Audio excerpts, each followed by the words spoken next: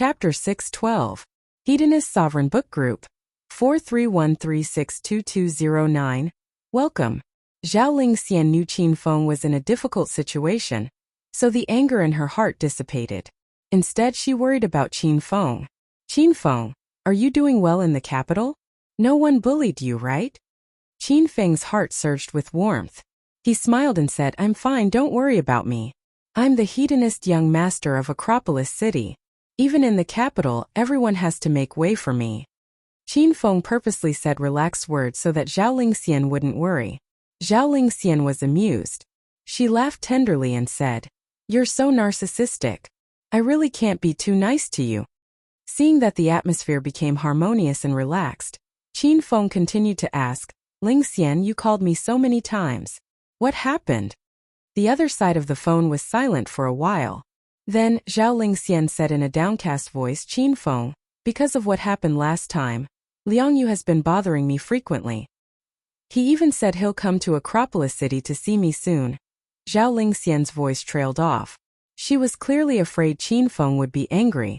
Qin Feng was indeed angry, but he wasn't angry at Zhao Lingxian. Instead, he was angry at Liang Yu. Liang Yu was bothering Zhao Lingxian because she thought Qin Feng was dead. So she asked Liang Yu to help her get Qing Lang's phone number. This matter was a big blunder. After Qin Feng returned to the capital, he was busy investigating the William family, so he really neglected this matter. Lingxian, don't worry about this. I'll personally go to the Liang family in a bit and beat that reckless guy to death, Qin Feng said firmly. Zhao Lingxian immediately became worried. Don't do anything rash. If I knew this would happen, I wouldn't have told you about this. Don't worry. I'm a stage 1 inner martial artist now. I'll protect myself. Plus, I have the phone group to protect me in Acropolis City. Acropolis City belongs to the Qin family now.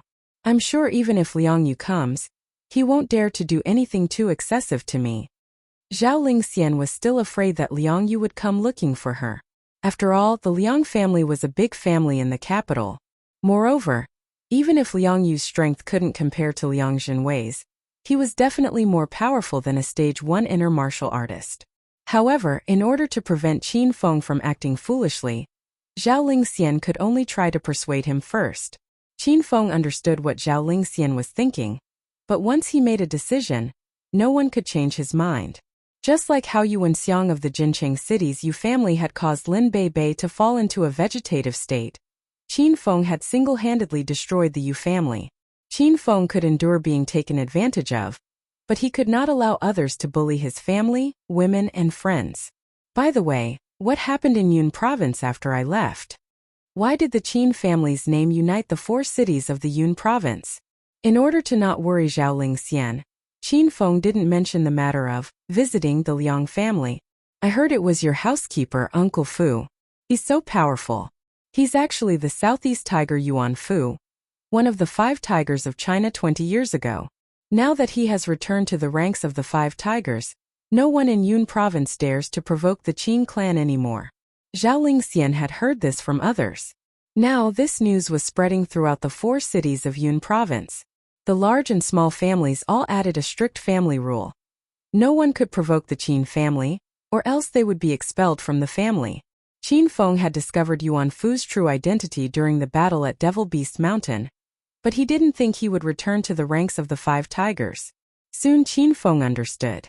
Uncle Fu must have had his reasons for retiring from the world 20 years ago.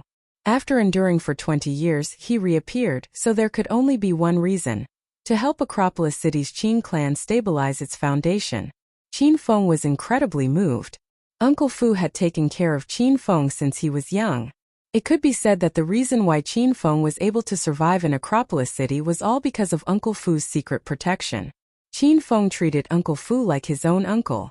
After finding out that Uncle Fu was willing to return to the world and return to the 5 tigers of China for him and his father, Qin Feng was filled with admiration. After talking business with Zhao Lingxian, Qin Feng said a lot of words of love. The 2 of them had sex not long ago, so they both missed each other and wished that the other was by their side. After talking for a long time, Qin Feng was a bit reluctant to hang up. He then called Su Qiuyu. Qin Feng? Is that you?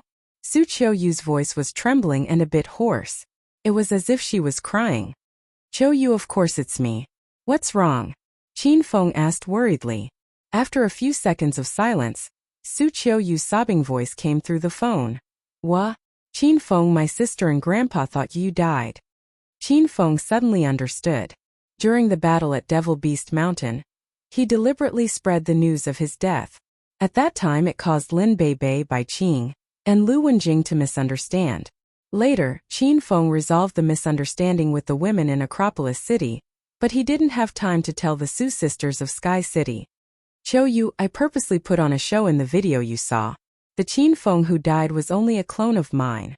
I'm currently carrying out a secret mission in the provincial capital, so I needed to change my identity and fake my death. Qin Feng felt a bit guilty as he explained to Su Qiu. Recently, Qin Feng had been too busy. He had to complete all sorts of quests, rebuild his family, and fight against all sorts of enemies. He was so busy that he felt dizzy. As a result, Qin Feng had neglected the beautiful Su sisters. I see. It's good to know that you're fine. I can rest assured now. Su Qiu didn't blame Qin Feng. She was a smart and sensible woman. Qin Feng felt that it was a great fortune to have the Su sisters. Qiu, how's the medical company? Qin Feng got back to the main topic. He wanted to suppress the Liang family in the provincial capital. He wanted to destroy the Liang family in the business world first and then swallow up the Liang family's power. Su Qiu's emotions had calmed down, and she became a capable and steady woman again. The gold sore medicine and whitening powder formulas you left last time have been registered as trademarks and passed the inspection of the State Food and Drug Administration. Now these two formulas can be mass-produced at any time and sold in the market. I've been contacting you and waiting for you to tell me. Su Qiu's ability was outstanding. Qin Feng had only been back in Yun province for half a month, but Su Qiu had already settled the new formulas. Okay. Then start the production of the gold sore medicine and whitening powder immediately. You can look for me if you have any financial problems, said Qin Feng. The Su family still has funds. If it's really not enough, I'll look for you. Qin Feng, take good care of yourself in the provincial capital. Remember to visit the Su family when you have time. Grandpa and Xiatian miss you very much. Su Qiu's pretty face blushed after she finished speaking. How could she not miss Qin Feng? However, she was too embarrassed to say it out loud. Qin Feng, of course, understood Su Qiu, so he agreed with a smile. Su Qiu still had something in her heart that she didn't tell Qin Feng. After thinking for a while, she decided not to tell Qin Feng so that he wouldn't worry. When Su Qiu found out that Qin Feng was killed by Green Wolf, she didn't believe it at first. However, after a few days, the Su sisters and the elder had no choice but to accept it. The three of them were heartbroken and decided to avenge Qin Feng. Through the video, Su Qiu knew that Green Wolf was very powerful. Su Qiu was prepared to sell the Su family's business and spend a lot of money to hire the Golden Assassin Crew, a top international assassin organization, to assassinate Green Wolf. Both parties were in the final stage of their negotiation, when Su Qiu suddenly received a call from Qin Feng. She learned that Qin Feng was still alive. After hanging up Su Qiu's call, Qin Feng hastily called the other women. He was afraid that these women would also think that he was dead and think of avenging him. Lu Bingbing, Su Xiatian, Lu Xiaojia, and even Li Yuchun called him. Suddenly, Qin Feng thought of Han Ying, but he couldn't call her. Then he thought of Su Ruro and Yun Xiao. He wanted to call them, but he couldn't reach them. Qin Feng wanted to call Rao Sherman, but he decided not to. Rao Sherman was getting more and more popular, so she must be very busy. Qin Feng hadn't contacted her for a long time.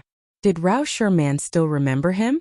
8 years ago they met by chance at the Lotus Lake. Could that pure and innocent relationship last until now? Qin Feng was a little depressed. He realized that his strength was still too low. He wanted to protect his family, women and friends, but he felt powerless. Qin Feng swore in his heart that he must break through as soon as possible and become more powerful. Qin Feng cast aside his messy thoughts and opened the Martial Artist Alliance's personal cell phone. He remembered that when he was in Acropolis City, he received a group mission from Huayan. He was to search for treasures in an ancient martial ruins. This mission piqued Qin Feng's interest. He wanted to forge a cosmic flying sword, but he lacked a lot of materials. Perhaps he could find some treasures in the ancient martial ruins. Ding! Ding! As soon as he unlocked the Martial Art Alliance's cell phone, his mind went wild. Qin Feng looked at it and saw that most of the messages were from the Martial Art Alliance. There were also messages from Hua Yan, Xiao 11th Lang, and Lu Jia. Green Wolf, I've seen through you. We walk different paths from now on. Hua Yan added a row of angry and knife-like emojis at the bottom of the message. Qin Feng was confused by her words. Boss, where have you been? Come back quickly. Everyone is looking forward to seeing you. Boss, can't you give me a fuck? The principal of Provincial Capital University has withdrawn your expulsion document and invited you back to teach. Can you say something? Lu Jie's message was to persuade Qin Feng to return to school. Then there was a private message from Xiao 11th Lang. Qin Feng had put on a good show of killing himself in Devil Beast Mountain. One reason was to deceive others and change his identity. The second reason was to complete the mission given by Xiao 11th Lang, gain his trust, and reveal his true identity. Qin Feng clicked on Xiao 11th Lang's message with a little excitement. Brother Green Wolf, I've received news of Qin Feng's death. Thank you for helping me complete this mission. I've already transferred the reward points to your account. The physical reward is in the Martial Artist Alliance's warehouse. Please check it. Xiao 11th Lang's message mainly talked about the mission and did not mention anything else. Qin Feng frowned slightly and replied to Xiao 11th Lang, Brother Xiao, you're too kind. I've been paid to do my job. Brother Xiao is generous. Green Wolf really wants to be friends with you. I wonder if you have time to come out for a drink? Qin Feng wanted to ask Xiao 11th Lang out so that he could reveal his true identity. 5 minutes after the message was sent, there was still no reply. Xiao 11th Lang's profile picture was gray. Qin Feng did not know if he was really offline or if he was invisible. Bored, Qin Feng clicked on the Ancient Martial Ruins exploration mission. According to the mission time, the mission should have started by now. However, Qin Feng discovered that the mission was still in the Martial Artist Alliance's push list. Chapter 613. China was a big country, and there were many people who practiced ancient martial arts. However, there were not many martial artists who could reach stage 4 inner qi, and the number of martial artists who could reach stage 6 inner qi was less than half of them. Now that the Ancient Martial Ruin exploration mission had changed its requirements, it required martial artists who were at least stage 6 inner qi to join. No wonder the mission hadn't started yet. The organizer wanted to recruit 10 people to form a team, but only 6 people had signed up. Qin Feng had signed up for this mission as a stage 4 inner qi disciple. But now that the requirements had changed, Qin Feng's registration was automatically cancelled by the Martial Art Alliance's client system. However, Qin Feng could see the information of the 6 people who had signed up, and Billowy Lady's name was among them. Hua Yan is participating too. She's only a stage 4 demon cultivator. How did she sign up? Qin Feng was surprised when he saw Hua Yan's member name. However, Qin Feng quickly understood. Before he left the provincial capital, Hua Yan refined a blood qi pill for Qin Feng, and the other half of the ingredients for the blood qi pill was given to Hua Yan as a reward. She must have refined another blood qi pill for him and consumed it to break through. However, Hua Yan had broken through from a stage 4 demon cultivator to a stage 6 demon cultivator in just half a month. Wasn't this speed a little too fast? Since Hua Yan had signed up, Qin Feng signed up as well. Qin Feng happened to be at stage 6 inner qi, so he met the requirements to sign up. After signing up, Qin Feng didn't pay attention to the mission because the mission didn't have a specific starting time. The organizer would contact the applicants when there were 10 people, so Qin Feng didn't need to pay attention to it anymore. After closing the mission list, Qin Feng realized that Xiao 11 Lang still hadn't replied to his message. Qin Feng didn't wait any longer. He changed his SIM card and inserted the Dragon Gate internal card. Then he turned off his Martial Art Alliance phone and put it back in his pocket. Taking advantage of the night, he rushed to the provincial capital's Liang family. In the lobby of a mansion in the provincial capital's Liang family, Liang Yu sat on the sofa anxiously in his white pajamas. Beside him sat a man in his 50s. The man was dressed in black silk pajamas and looked noble and decent. His face was calm and steady, and there was a hint of dignity between his brows. The man was Liang Yu's father, the Liang family's eldest brother. Dad, can you say something? This is a great opportunity. We have to grasp it. Liang Yu looked at his father anxiously as though he was waiting for his father to nod. Liang Shuiping sipped his tea unhurriedly. His gaze remained fixed on the news on the television. Without even looking at Liang Yu, he said, "Did you forget what that strange old man from the Dongfang family said?" At the mention of this, Liang Yu immediately jumped up in anger and cursed, "That big idiot from the Dongfang family. The Liang family has never had any dealings with him. How does the woman I fancy have anything to do with him? Isn't the Dongfang family too lenient? Isn't it just China's Crimson Dragon? What's so great about it?" Pa! Liang Shuiping slammed his palm on the coffee table, instantly shattering it. Liang Yu was so frightened that he immediately shut his mouth. He lowered his head and stood to the side like a child who had done something wrong. "Vile spawn, how can you speak such words so casually? If that strange old man hears about this, you'll be waiting to collect your corpse."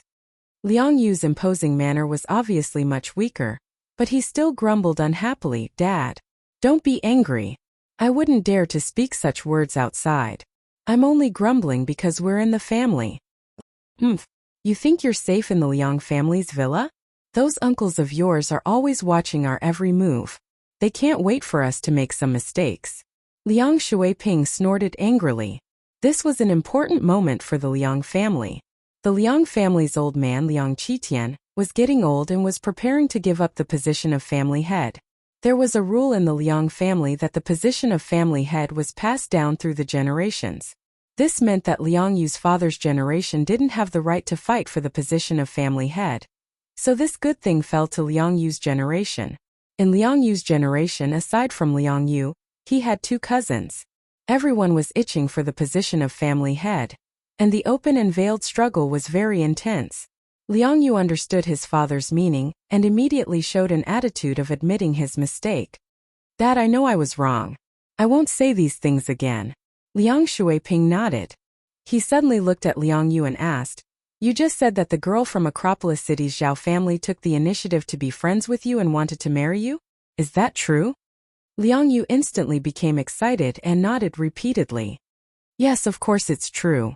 Dad, before, the Dongfang family stopped me from being friends with Zhao Lingxian because they didn't want me to force her. But it's different now. The girl was attracted by my dissolute talent and took the initiative to be friends with me. The Dongfang family has no reason to interfere with this, right? If they interfere again, it's really inexcusable." Liang Shuiping analyzed the pros and cons of the matter. He actually agreed with his son's words. If the girl from the Zhao family took the initiative to be friends with Liang Yu, then Dongfang Mingwang had no reason to stop them. Seeing his father's attitude soften, Liang Yu suppressed the excitement in his heart and continued to say, "Dad, you just said that this is a special time. Second uncle and third uncle are all eyeing the position of family head. If we keep biding our time, we'll fall into a disadvantageous situation. Although Acropolis City is a small place, the Zhao family's medical corporation isn't small. Even the capital's major medical stores are selling the Zhao family's main products. If I can marry Zhao Lingxian, wouldn't I have a strong backing for my fight for the position of family head? When Grandpa is happy, the position of family head will naturally fall onto my head. This is a good thing that kills 2 birds with 1 stone." Liang Shuiping naturally knew this was a good thing. He didn't express his opinion before because he was worried about the Dongfang family's attitude, and because he wasn't sure if his son's words were true or false. Now that he saw his son's solemn and confident expression, it seemed that he wasn't lying. Even Liang Shuiping was moved by this marriage. "Dad, why don't you say something? If you agree, I'll go to Acropolis City tomorrow to give the betrothal gifts." Once Liang Yu thought of Zhao Lingxian's beauty and wonderful figure, he couldn't help but urge his father. Liang Shuiping finally nodded. Just as he was about to speak, a cold voice suddenly came from outside the door. "No need to ask. I'll make the decision for your old man. You can't have an affair with a woman from the Zhao family. At the same time, you can't find a woman from any other family. To put it simply, you'll be single for the rest of your life and be a single dog for the rest of your life." The voice came so suddenly that Liang Yu and Liang Shuiping jumped in fright. The 2 of them immediately looked towards the entrance of the villa. A strange person wearing strange clothes and a frightening wolf mask stood at the door. Liang Yu was so scared that he almost fell on his butt. Who the fuck are you? You dare to trespass on my Liang family's sacred land? You're looking to die, brat. Liang Yu was so scared that his heart raced, but he quickly calmed down. This was the Liang family's base of operations, and there were skilled guards all around. How could Liang Yu be afraid of this wolf-masked strange person in front of him? What did this brat just say? You won't let me find a woman and want me to be a single dog for the rest of my life? Is there something wrong with your fucking brain? Qin Feng ignored Liang Yu and walked into the living room, minding his own business. He sat down on the sofa and leisurely crossed his legs as if he was in his own home. Liang Yu was so angry that he wanted to die. He was about to go out and call for the guards. After Liang Shuiping saw Qin Feng, his expression changed again. Finally, his entire face was as pale as a sheet. He jumped up with a whoosh and didn't dare to sit with Qin Feng. As a hedonistic young master in the capital, Liang Yu idled around all day, picking up girls and squandering. He didn't care about China's martial arts world and didn't know what Green Wolf looked like. However, Liang Shuiping knew Green Wolf. The entire China's martial arts world knew Green Wolf. The video of Green Wolf's battle at Devil Beast Mountain a few days ago was too terrifying. He defeated the Southeast Tiger Yuan Fu and the capital's Tiger Qi Wanjun all by himself. He was a mysterious man, a godlike man. He was the man of One Piece. At this moment, this strange man was sitting on the sofa in his home. Liang Shuiping didn't even know when he came in. The Liang family's villa was surrounded by expert guards, but Green Wolf came in without anyone noticing. He didn't even cause a commotion. Senior Green Wolf, are you here? Liang Shuiping was a stage 5 inner Qi expert, but he couldn't see through Qin Feng's strength. This made Liang Shuiping even more fearful of Qin Feng. He didn't dare to be careless. Liang Yu walked to the door and was stunned by his father's actions and words. He looked at the strange man sitting on the sofa with an expression of dementia. Him? This is Green Wolf? Stinking brat, what are you standing there for? Come and greet Senior Green Wolf. Liang Shuiping angrily yelled at his son. Liang Yu still hadn't regained his senses.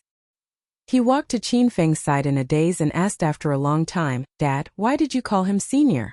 I know this brat. He dared to threaten me on the Martial Art Alliance app. I was going to find time to settle the score with him, but I didn't expect this brat to deliver himself to me. God is really on my side. Slap. Liang Yu was sent flying by Liang Shuiping's slap before he could finish. Liang Shuiping was so angry that he wanted to curse. God is on your side. Liang Yu fell to the ground and his face was swollen. He covered his face and looked at his father in astonishment. He still couldn't figure out what was going on. Dad, why did you hit me? Do you have Alzheimer's disease? Liang Shuiping's anger, which had just subsided, suddenly flared up again. He kicked Liang Yu and sent him flying. Liang Yu was beaten so badly by his father that he didn't even have a chance to retort. Liang Shuiping was also sullen. He knew that if he didn't teach his son a lesson, his son would be gone when Green Wolf attacked. Xiao Liang, that's enough. He's just a wild dog. Why do you have to lower yourself to his level? Qin Feng suddenly said when he saw this. Although Liang Shuiping couldn't see Qin Feng's face, he could tell from his voice that Qin Feng was about the same age as his son. Liang Shuiping was quite sullen to be called Xiao Liang by a junior. This person even called his son a wild dog? Then wouldn't he be an old wild dog? Liang Shuiping was very angry, but he didn't dare to show it. He had seen the video of Green Wolf abusing Capital's Tiger Chibo. This fellow was vicious and merciless. He killed without batting an eye. Liang Shuiping didn't even dare to call for the Liang family's door to come in. He was afraid that if he made a sound, he would be killed by Green Wolf in the next second. Even though he was called an old wild dog, Liang Shuiping still had to smile and curry favor with Green Wolf. Senior Green Wolf, my rascal is ignorant and doesn't know about your great achievements. You are a magnanimous person, so don't lower yourself to his level. That's right, why did Senior visit so late at night? Is there anything I can do for you? Chapter 614. Liang Shuiping was so nervous that his entire body trembled. Qin Feng, on the other hand, leisurely crossed his legs as if he was on vacation. HP//77x of 7%6 Qin Feng said he would visit the Liang family tonight, so he would definitely come. Moreover, Qin Feng had used Green Wolf's identity to come here. He thought that everyone in the Chinese martial arts world would know about Green Wolf's battle at Devil Beast Mountain. Qin Feng also wanted to know what position Green Wolf held in the eyes of these large families. Seeing Liang Shuiping's reaction, Qin Feng finally knew how powerful his reputation was. Ahem. Xiao Liang, don't be nervous. I just came out for a walk at night and happened to come to your Liang family's side courtyard. Xiao Liang, you won't not welcome me, right? Liang Shuiping's entire body trembled violently. He hurriedly smiled and said, Haha, why would I? Why would I? Qin Feng nodded his head in satisfaction and continued, I didn't come here for anything important. I just wanted to tell you and your son that I can't stand your son. He's not allowed to interact with any women in the future. If I find out. Hehe, think about the consequences. Qin Feng let out a cold laugh.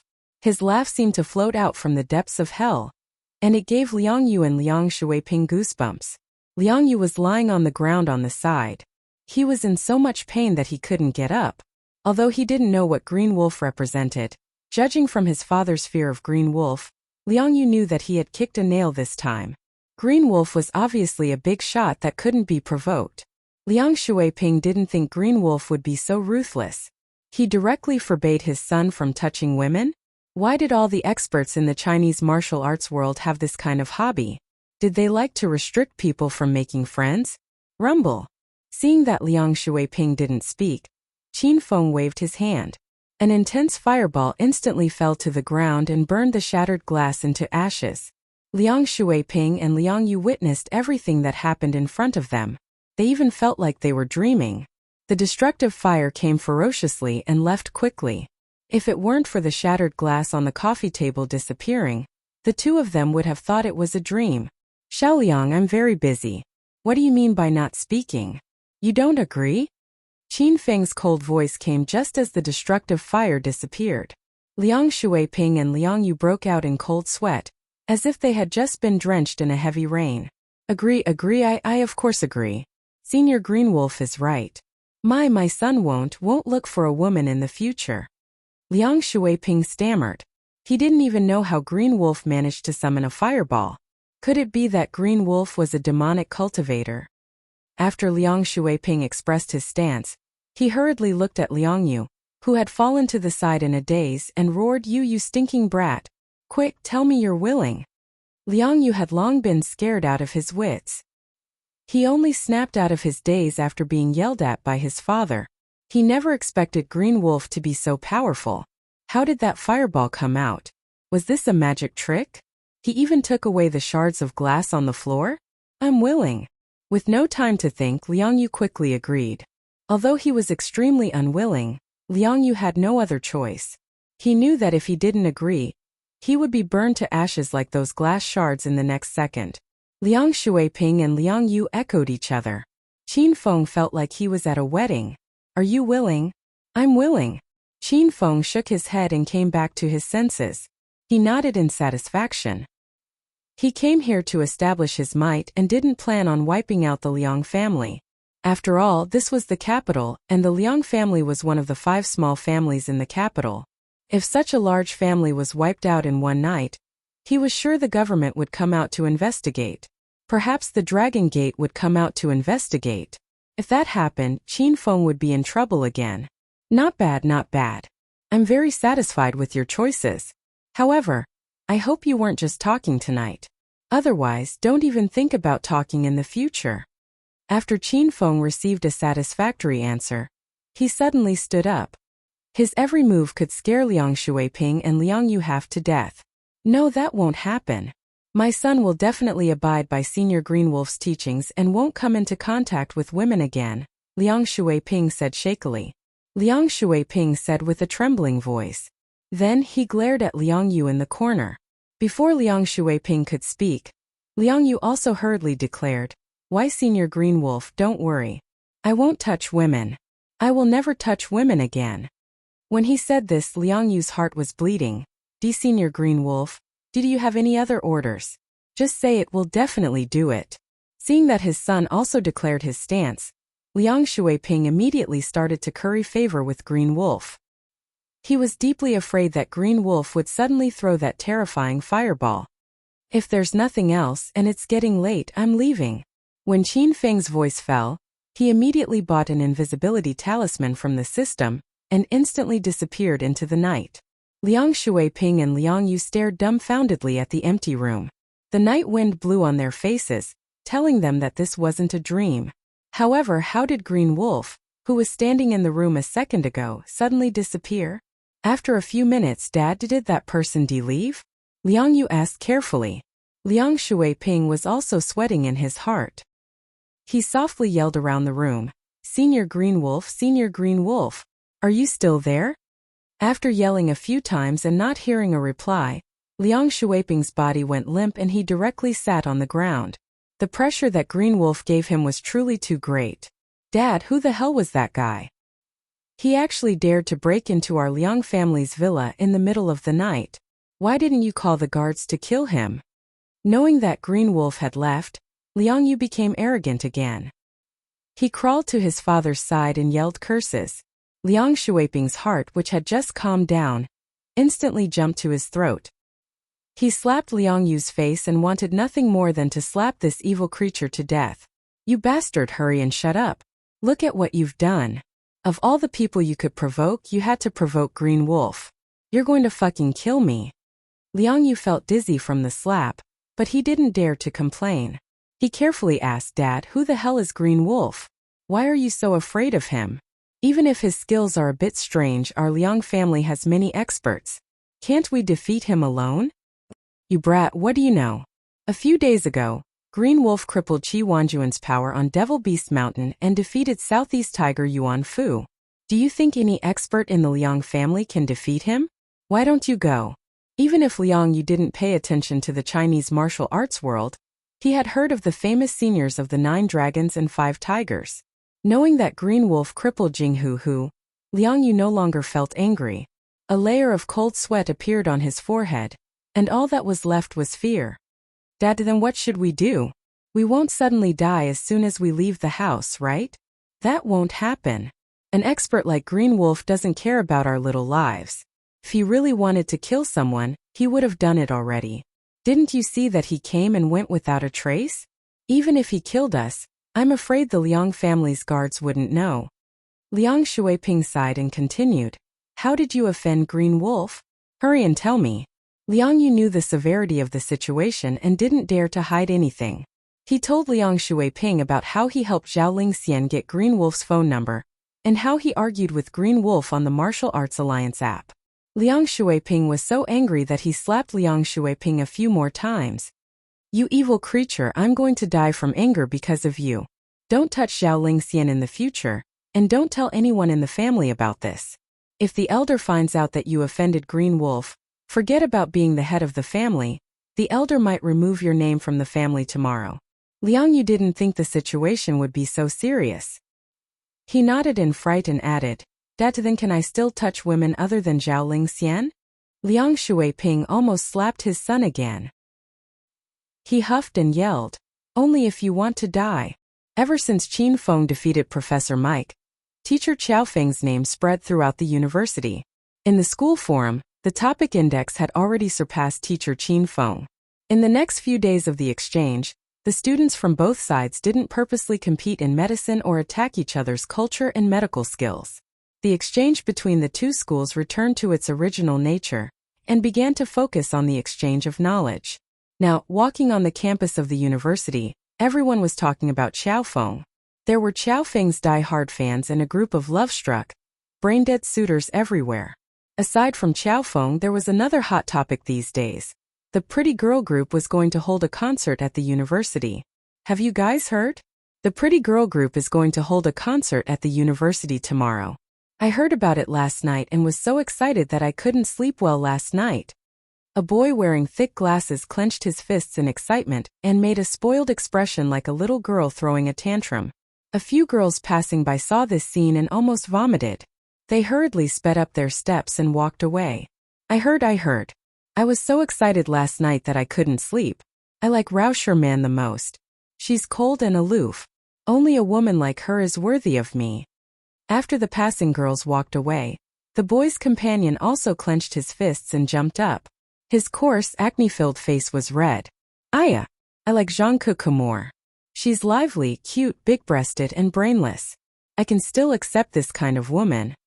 Another boy's companion made a ruckus and looked like he was in heat. Xiao Lei was in low spirits recently. He walked past the three boys with a gloomy face. When he saw their expressions and actions, he staggered and almost fell. Did all the boys in this university forget to eat some brain-dead pills today? Xiao Lei's moral integrity was shattered along the way. Isn't that the teacher with smelly feet? Let's get away from him. Don't let him stink. That's right. I bought these new clothes today. I'm waiting for Man to come on a date with me tomorrow. I don't want to get stink from him. Stop it. Wait for me. I don't want to stay with that teacher with smelly feet. It's so embarrassing. Xiao Lei watched as the three coquettish boys ran away because they despised him. He was so angry that he almost fainted. I haven't despised you guys yet. Director Xiao Lei, over here. Xiao Lei was still fuming when a voice came from behind. Hey, it's Gao Tianyao. What's the matter? Xiao Lei quickly hid his displeasure when he saw Gao Tianyao. He didn't dare to offend Gao Tianyao as he was a disciple of one of the 5 small clans in the provincial capital. Director Xiao Lei, we're old friends. You don't have to be so courteous with me now that we're not in class. Gao Tianyao patted Xiao Lei's shoulder and laughed. When Qin Feng was still teaching at Provincial Capital University, Gao Tianyao and Xiao Lei loathed him because he was too famous and liked to tease Hua Yan, Chong Xian, and Xiao Shi. The two of them even formed an underground alliance. Xiao Lei even suggested Gao Tianyao to kidnap Qin Feng and force him to give up on his pursuit of Xiao Shi and Chong Xian. Xiao Lei even suggested that Gao Tianyao kidnap Qin Feng and force him to give up on Xiao Shi and Chong Xian. Both of them thought that Qin Feng must want his life, and Qin Feng's reputation would be ruined. However, before they could carry out their plan, Qin Feng was expelled from the university. Now that Qin Feng was gone and Xiao Feng, who was as annoying as him, came, Gao Tianyao looked for Xiao Lei again to form an alliance. Chapter 6:15. Since Mr. Gao Tianyao said so, I won't stand on ceremony with you. Xiao Lei could roughly guess Gao Tianyao's intention when he saw Gao Tianyao taking the initiative to talk to him. Gao Tianyao smiled and said, Director Xiao Lei, I've heard about what happened to you a few days ago. Don't be sad. I believe that Director Xiao Lei is very knowledgeable in Western medicine. You must have been going easy on those exchange students from St. Medical Institute. Otherwise, how could they have won against you? Xiao Lei had been sulking ever since he was humiliated by Willis and the others in class a few days ago. Whenever he walked on the campus of Provincial Capital University, the students who passed by would greet him warmly and call him Mr. Stinky Feet. Even Xiao Lei himself did not expect that he would become a celebrity in Provincial Capital University one day. The reason he became famous was because he picked his feet in class. Now that he heard Gao Tianyao's words of consolation and praise, Xiao Lei's gloomy mood was lifted immediately. It was as if he had found an alien companion. He held Gao Tianyao's hand tightly and said, Yes, you are right. I can only blame myself for being too shrewd and too high a level that none of the students in Provincial Capital University can understand me. I'm like the son of heaven who has fallen into the mortal world.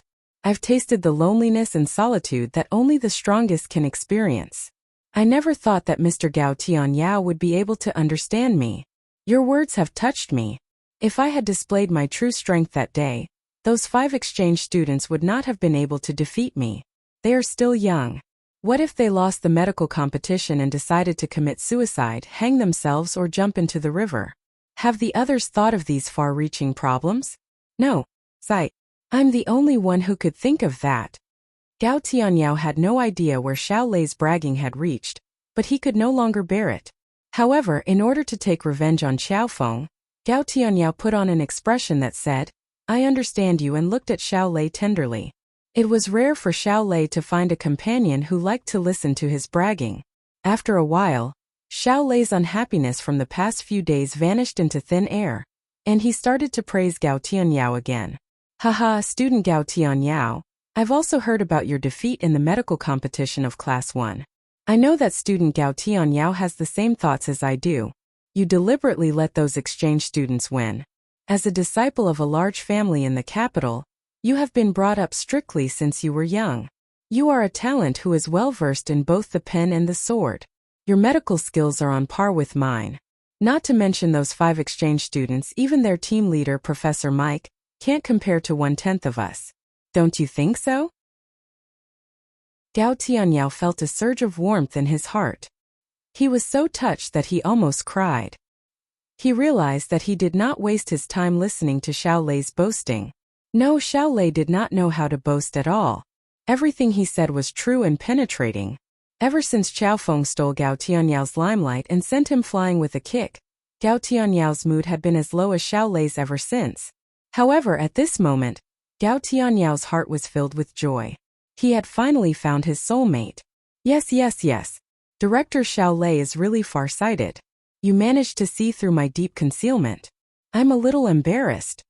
Xiao Lei waved his hand and said in a serious manner, Hey, I'm here to help you. Gao Tianyao, you don't have to be so humble. Others may not understand us, but we understand each other. How can an ordinary person understand our strength and talent? It's so lonely to be invincible. Haha, Director Xiao Lei is right. It's one of the happiest things in life to be able to find a soulmate like Director Xiao Lei. Xiao Lei and Gao Tianyao praised each other for a while before Xiao Lei brought the topic back to the main topic. By the way, Gao Tianyao, is there anything I can help you with? Gao Tianyao finally remembered the purpose of his visit. He hastily said, Director Xiao Lei, do you still remember the plan we made to deal with Qin Feng? Xiao Lei had already guessed Gao Tianyao's purpose of coming here, and it seemed that he was right. Of course I remember. But hasn't that idiot Qin Feng been fired? Xiao Lei feigned ignorance and waited for Gao Tianyao to spill the beans. That idiot Qin Feng is gone, and now there's an even bigger idiot Xiao Feng. This brat has only been here for 2 days, but he's even more eye-catching than Qin Feng. I heard that he's interested in Xiao Shishir and Chang Xian, and he even flirts with them during and after class. Gao Tianyao liked Xiao Shishir, and Xiao Lei liked Chang Xian. Xiao Feng flirted with the 2 beauties, and it made Xiao Lei and Gao Tianyao very unhappy. That idiot Xiao Feng has been an eyesore for a long time. Do you want us to use the same plan on Xiao Feng? Xiao Lei looked at Gao Tianyao and asked, Director Xiao Lei, you're really smart. I didn't even say anything, but you already figured it out. What do you think? Are you going to do it or not? How could Xiao Lei not do it? He hated Xiao Feng to the core, and he couldn't wait to get rid of this bastard. Of course I'm going to do it. When are we going to do it? After Xiao Lei agreed to it, Gao Tianyao's eyes lit up. He whispered in Xiao Lei's ear for a while. Xiao Lei chuckled from time to time and clapped his hands. Haha, great. Let's do it. Xiao Feng's reputation is going to be tarnished to the bottom of the drain. After Gao Tianyao and Xiao Lei discussed the plan, they divided the work and went back to work. Xiao Lei returned to the medical college's Class 1. The first and second period of the morning were his Western medicine class. Xiao Lei didn't dare to sit in class anymore. Every time he sat down, the students would say that he was picking his feet. However, Xiao Lei's teaching skills were too poor. He had to follow the textbook in class, and the students were used to it. Moreover, with Xiao Feng around, none of them liked the Western medicine class. The atmosphere in the class was lifeless. Some were playing with their phones, sleeping, and some were flirting with girls. The 2 classes felt as long as 2 centuries. Xiao Lei would look at his watch from time to time as if he was waiting for an opportunity. 5 minutes before the end of the class, Xiao Lei suddenly put down the textbook in his hand and looked at Xiao Shishir, who was sitting below the podium. Ahem. Xiao Shishir, can I trouble you to go to the office on my behalf? I've left the homework on my desk. Sorry for troubling you, Xiao Shishir. Xiao Lei had been in class for the past 2 periods, and no one had paid any attention to him. At this moment, everyone raised their heads and glared at him. Who do you think you are? You want to trouble our goddess Shishir to run errands for you? Are you looking for a beating? What the fuck? What did that stink-footed guy just say? Asking goddess Shishir to carry his things for him? Don't tell me this guy's brain is damaged by the smell? Stop assigning homework. We won't do it even if you do. Ever since Xiao Lei had fawned over the exchange student from the Saint Secondary Medical Institute and claimed that Chinese medicine was inferior to Western medicine, the students of the medical institute had turned their backs on him. It was already very kind of them to allow him to stand here and attend class in peace. Xiao Lei didn't expect that his casual remark would cause such a huge rejection. He was so angry that his lungs were about to explode. However, he had to get Xiao Shishir out of the classroom. Otherwise, he and Gao Tianyao would not be able to carry out their plan. The students in the class were still cursing Xiao Lei. Xiao Lei suppressed his anger and tried to persuade Xiao Shishir. But before he could open his mouth, Xiao Shishir, who was sitting by the window under the sunlight, suddenly stood up. She said nothing and quietly walked out of the classroom. Goddess Shishir, don't go. I'll go for you if you want to. Sigh. Goddess Shishir is too kind. I fell in love with her unknowingly. What should I do? But I already have Rao Man. What should I do? Xiao Shishir quietly left the classroom. The class was in an uproar again. Xiao Lei couldn't hear the students' discussion anymore. He watched Xiao Shishir walk out of the classroom with a smirk on his face. Not long after Xiao Shishir left the classroom, a scream rang out. The boys in the class immediately rushed out of the classroom because it was Xiao Shishir's voice. More than 30 boys from the first class surrounded the empty space outside the classroom in a breath's time. The woman who had restrained Xiao Shishir was shocked. The class was not over yet, was it? The one who kidnapped Xiao Shishir was a woman with average looks. She was tall and sexy, but her body was curvaceous. The woman held a sharp dagger in her hand and pressed it against Xiao Shishir's neck. Hey, what do you want, woman? Let go of our goddess Shishir. Do you want to kidnap a hostage? Just let go of Shishir and kidnap me. A few boys licked their lips as they stared at the woman's voluptuous breasts. The woman didn't say a word. Her hand that was holding the dagger was trembling. Apparently, she was frightened by the fanatical boys. The woman was a gangster hired by Gao Tianyao. The reason why he hired a woman to kidnap Xiao Shishir was because he was interested in her. How could he allow a man to touch her body? The boys from the first class ran out of the classroom for a while. The girls and Xiao Lei finally came to their senses and followed them. More than 50 students from the first class surrounded Xiao Shishir and the woman. The students were stunned by the scene in front of them. How could there be a kidnapping on campus? The commotion was so loud that the students from the second class rushed out of the classroom. The students from the other theaters who were skipping classes also came to the scene. Some teachers who were taking a stroll also came to the scene. The exchange students and lecturers from the Saint Second Med University also came to the scene. Some of the university leaders thought that there was a gang fight, so they quickly came to the scene. Many stray dogs on campus also came to the scene. No one knew how much time had passed since Xiao Shishir's scream, but there were already 400 to 500 people gathered outside the classroom, and the number was increasing rapidly. Xiao Shishir was still in a daze. She couldn't figure out why the woman behind her wanted to kidnap her. The woman in the brown leather coat was also in a daze. She thought, what kind of woman did I kidnap? Xiao Lei and Gao Tianyao were standing in two corners of the crowd. They looked at each other with sinister glints in their eyes. Their plan was progressing smoothly. They were not afraid of the crowd because the more people gathered, the more embarrassing Xiao Feng would be. Buzz, buzz, buzz. Xiao Lei's phone vibrated. He opened the message from Gao Tianyao and asked, the crowd is almost here. Where's Xiao Feng? Xiao Lei quickly replied, Xiao Feng has 3 or 4 classes in the morning. He'll be here soon. Gao Tianyao calmed down after he read Xiao Lei's message. At this time, a tall and sturdy figure was walking toward them. Beside Qin Feng was a tall and beautiful woman. It was none other than teacher Chong Xian. Qin Feng was joking around with Chong Xian. Chong Xian furrowed her brows and quickened her pace. It was obvious that she didn't like Qin Feng. Chapter 6:16. Is there a person named Xiao Feng in your school?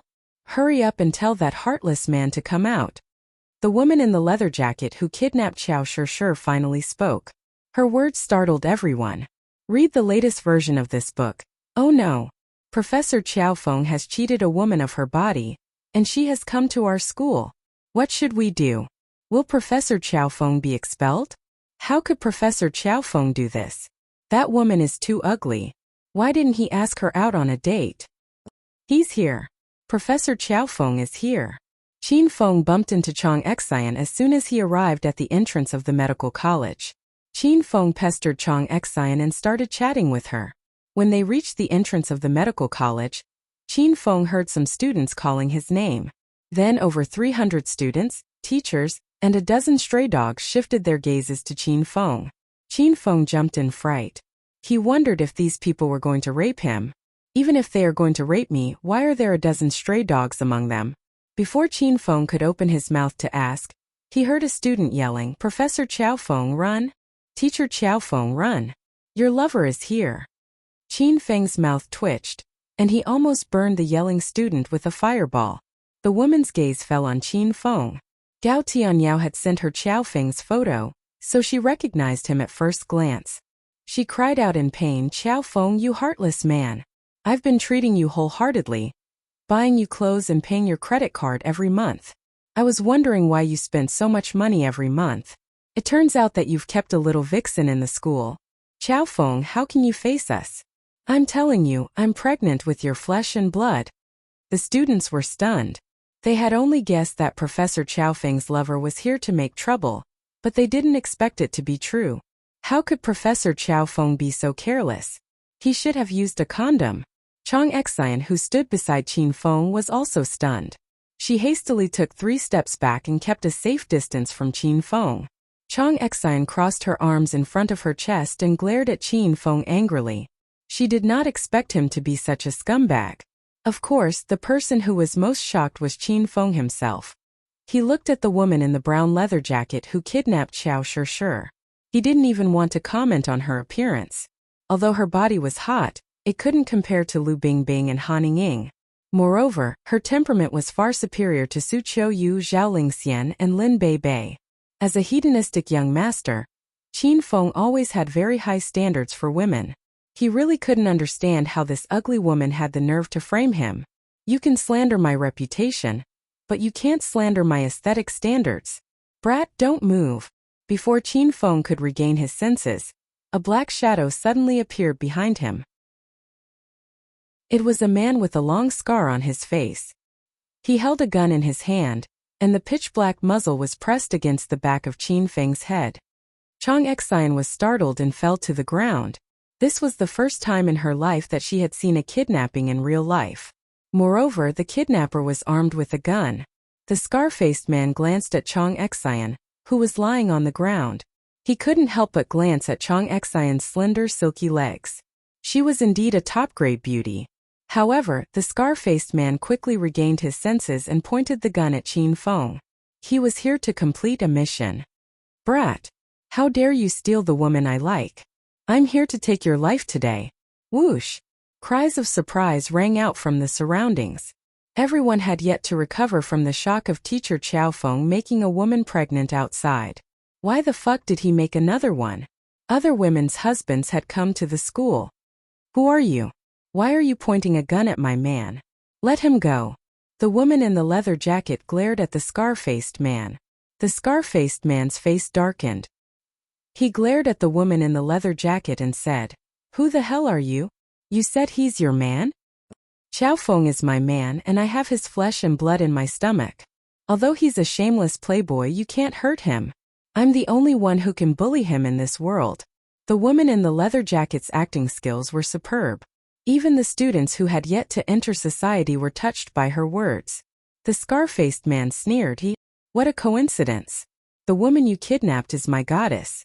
I'm here to cause trouble for this brat because he tried to seduce my goddess." After understanding the intentions of the knife-scarred man and the leather-clothed woman, everyone was stunned. Was this a movie set for a four-sided relationship? Qin Feng was analyzing the situation while the two men were talking. He could sense that the scar-faced man was not an ordinary person. His body was pulsing with inner qi. He was a stage 2 inner qi martial artist. When the scar-faced man tried to kidnap Qin Feng sensed it and easily dodged it. He then sent the scar-faced man flying with a palm strike. However, Qin Feng didn't do that because Qiao Shishir was still in the woman's hands. He was afraid that something bad would happen to Qiao Shishir, so he was willing to have a gun pointed at his head. Qin Feng was sure that he didn't know the scar-faced man or the woman in the leather jacket. They seemed to be in cahoots, so someone must have hired them to put on a show. Qin Feng saw through the scar-faced man's strength. A stage 2 inner chi martial artist was nothing in the martial arts world. But in front of ordinary people, a stage 2 inner chi martial artist was the best of the best. If the scar-faced man really was Qiao Shishir's secret admirer and kidnapped Qin Feng, then he didn't need a gun. In his eyes, Qiao Feng was an ordinary person, and the scar-faced man could kill him with a palm strike. The situation was too sudden, and there were many loopholes in the plan. Qin Feng didn't dare to act blindly without thinking, so he continued to observe the situation. The scar-faced man and the woman in the leather jacket fought for a while, but neither side was willing to let Qiao Shishir go. The scar-faced man suddenly sneered, "Girl, I respect that you are also a person who is infatuated with love, and as loyal as your big brother. Let me give you an idea. Let's not make a choice, and let this playboy of yours decide. Let's see what he chooses." The woman in the leather jacket hesitated for a while, then clenched her teeth and yelled, "Fine, I'll listen to you this once." The scar-faced man's face was filled with a wicked smile. After acting for a long time, he had finally entered the most exciting part. "Brat, I'll give you a chance to live. Now choose. Do you want to live? Or do you want Qiao Shishir to live? 2 lives, choose one." The scar-faced man increased the force of the gun in his hand and pressed it against the back of Qin Feng's head. The atmosphere suddenly became tense. Were these people crazy? Haha. Big brother, this is a good idea. This way of playing is really exciting. The woman in the leather jacket also laughed crazily. Some of the students, teachers, and leaders realized that this wasn't a joke. They were really going to kill someone. Some of them secretly took out their cell phones and prepared to call the police. "You damned old man in the crowd, what the hell are you doing? I'm telling you, if anyone dares to secretly touch her and call the police, I'll kill them first." The scar-faced man pointed his gun at the crowd, scaring the students into screaming. Many of them were already squatting on the ground, holding their heads in their hands. They were just kids. At this moment, those who secretly took out their cell phones secretly put them back into their pockets. The scar-faced man retracted his hand and continued to press the gun against Qin Feng's head. He said in a deep voice, "Brat, I'll give you 3 seconds to think about it. Don't you like Qiao Shishir? Now is the time to show your true love. Do you want her dead? Or do you want to live?" Qin Feng hastily said, "Don't shoot me first. I'm a teacher in this school, and my students like me very much. Why don't I find another student to exchange for me and help you find a new hostage?" Qin Feng's gaze fell on the students. None of them stepped forward to exchange for Qin Feng as a hostage. Instead, all of them took 3 steps back in unison. "Ha ha ha. How can you be a good teacher in the eyes of the students? Bullshit. Don't waste my time. If you don't make a decision in 3 seconds, I'll shoot you." The scar-faced man was amused by the students' behavior, so he increased the strength of his gun. In the crowd, Xiao Lei and Gao Tianyao were so agitated that they almost screamed out loud. This was the trap they had set up for Qiao Feng. They believed that Qiao Feng would choose to live on his own, and if that happened, Qiao Feng's reputation would be ruined. 3. The scar-faced man began to count. The entire gymnasium was dead silent. Only the sound of the wind and the scar-faced man's hellish voice could be heard. 2. Qiao Shishir began to struggle with all her might. Without her ability to sense all things, she was just a weak little girl. Qiao Shishir couldn't use her summoning ability in school. She was afraid that she would scare the students and teachers. Moreover, the scar-faced man was holding a gun. Even if Qiao Shishir summoned a dozen stray dogs to bite the scar-faced man, she might not be able to save Teacher Qiao Feng. "Teacher Qiao Feng, please let me die. You know I'm tired of living." Qiao Shishir's ethereal voice drifted into everyone's ears. Tears welled up in the eyes of many students. Qiao Shishir had no friends and lived her life alone. It was not easy for her to get to know Qiao Feng, a man who could understand her, sense her summoning ability, and even enter the realm of creation. Qiao Shishir gradually treated Qiao Feng as a friend, the only friend she had in her life. Xiao Shishi's friend even bought a complete set of home appliances for her. He knew that Xiao Shishi was wearing too little, so he bought her all kinds of warm and beautiful cotton-padded clothes. Xiao Shishi didn't want to see Qiao Feng die because of her. 1. The scar-faced man didn't seem to hear Xiao Shishi's cry. Everyone's heart was in their throats. Whether it was teacher Qiao Feng or Xiao Shishi, they liked both of them very much. If they had to die alone, they hoped that teacher Qiao Feng would die. Stop right now. I'm the principal of Provincial Capital University, Wang Zhonghua. My friend, please don't be impulsive. This is just an emotional dispute. We can sit around a mahjong table and peacefully play mahjong while we solve this problem. Why do we need to use a gun? Wang Zhonghua was so scared that he jumped out. He had no choice but to step forward because he, as the principal, would bear the greatest responsibility if there was a murder in the school. When the scar-faced man learned that the person who jumped out was the principal, he couldn't remain calm. His gaze drifted into the crowd and looked in Gao Tianyao direction. Gao Tianyao didn't expect Wang Zhonghua to come here for no reason. However, since the situation had developed to this point, Gao Tianyao wouldn't give up so easily. He shook his head at the scar-faced man. Stupid old man, I don't care who you are. If you dare to talk nonsense again, I'll shoot you first. After receiving Gao Tianyao's order, the scar-faced man became arrogant again. He aimed the black muzzle of his gun at Wang Zhonghua. Wang Zhonghua was so scared that he fell to the ground. Don't shoot. Everything can be discussed. Everything can be discussed. Wang Zhonghua saw that he couldn't persuade the kidnapper, so he didn't dare to say anything else. After all, he only had one life and no one wanted to die just like that. The atmosphere in the gymnasium became even more oppressive. Xiao Shishi burst into tears and shook her head with all her might. When the scar-faced man saw that more and more people had gathered, he lost his confidence. He wanted to end the performance as soon as possible. P.S.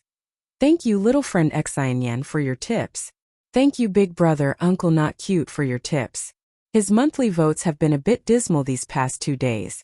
He's been hanging at the 10th place on the monthly votes ranking, and it's going to drop anytime. Friends who have monthly votes, please vote for him. Give him some motivation so that he can perform better. Chapter 6:17. Bastard, my patience is limited. I'll give you one last second to think. If you don't make your choice, I'll make the choice for you. I'll shoot you dead and be done with it. Scarface's cold voice echoed in the field. Everyone broke into a cold sweat for Professor Qiao Feng. Kill me. Hurry up and kill me. How can I watch my student die in front of me? As a responsible teacher, I don't care if I die. I'll be a hero again after 18 years. My glorious history will be remembered by the students, and my heroic deeds will be recorded in the history of Provincial Capital University. Kill me, Xiao Shishi. I hope I can meet you again in my next life. Don't feel guilty because I'm your friend, and I'm very happy. Qin Feng's crazed screams touched the hearts of thousands of students. 2 streams of tears rolled down Xiao Shishi's cheeks. She had never had a true friend in her life, but at this moment, she knew she had a true friend. Unfortunately, this friend of hers was going to die. What a painful realization this was. Don't hurt our Professor Qiao Feng. You bastard. Let him go. Professor Qiao Feng, you can't die. You still have a lesson to teach about picking up girls. The students' cries rang in the air. The leather-clad woman and Scarface were dumbfounded. They stared at Qin Feng helplessly. The script wasn't supposed to be like this. Shouldn't this bastard be scared witless, shivering, and losing control of his bowels before choosing to live on his own?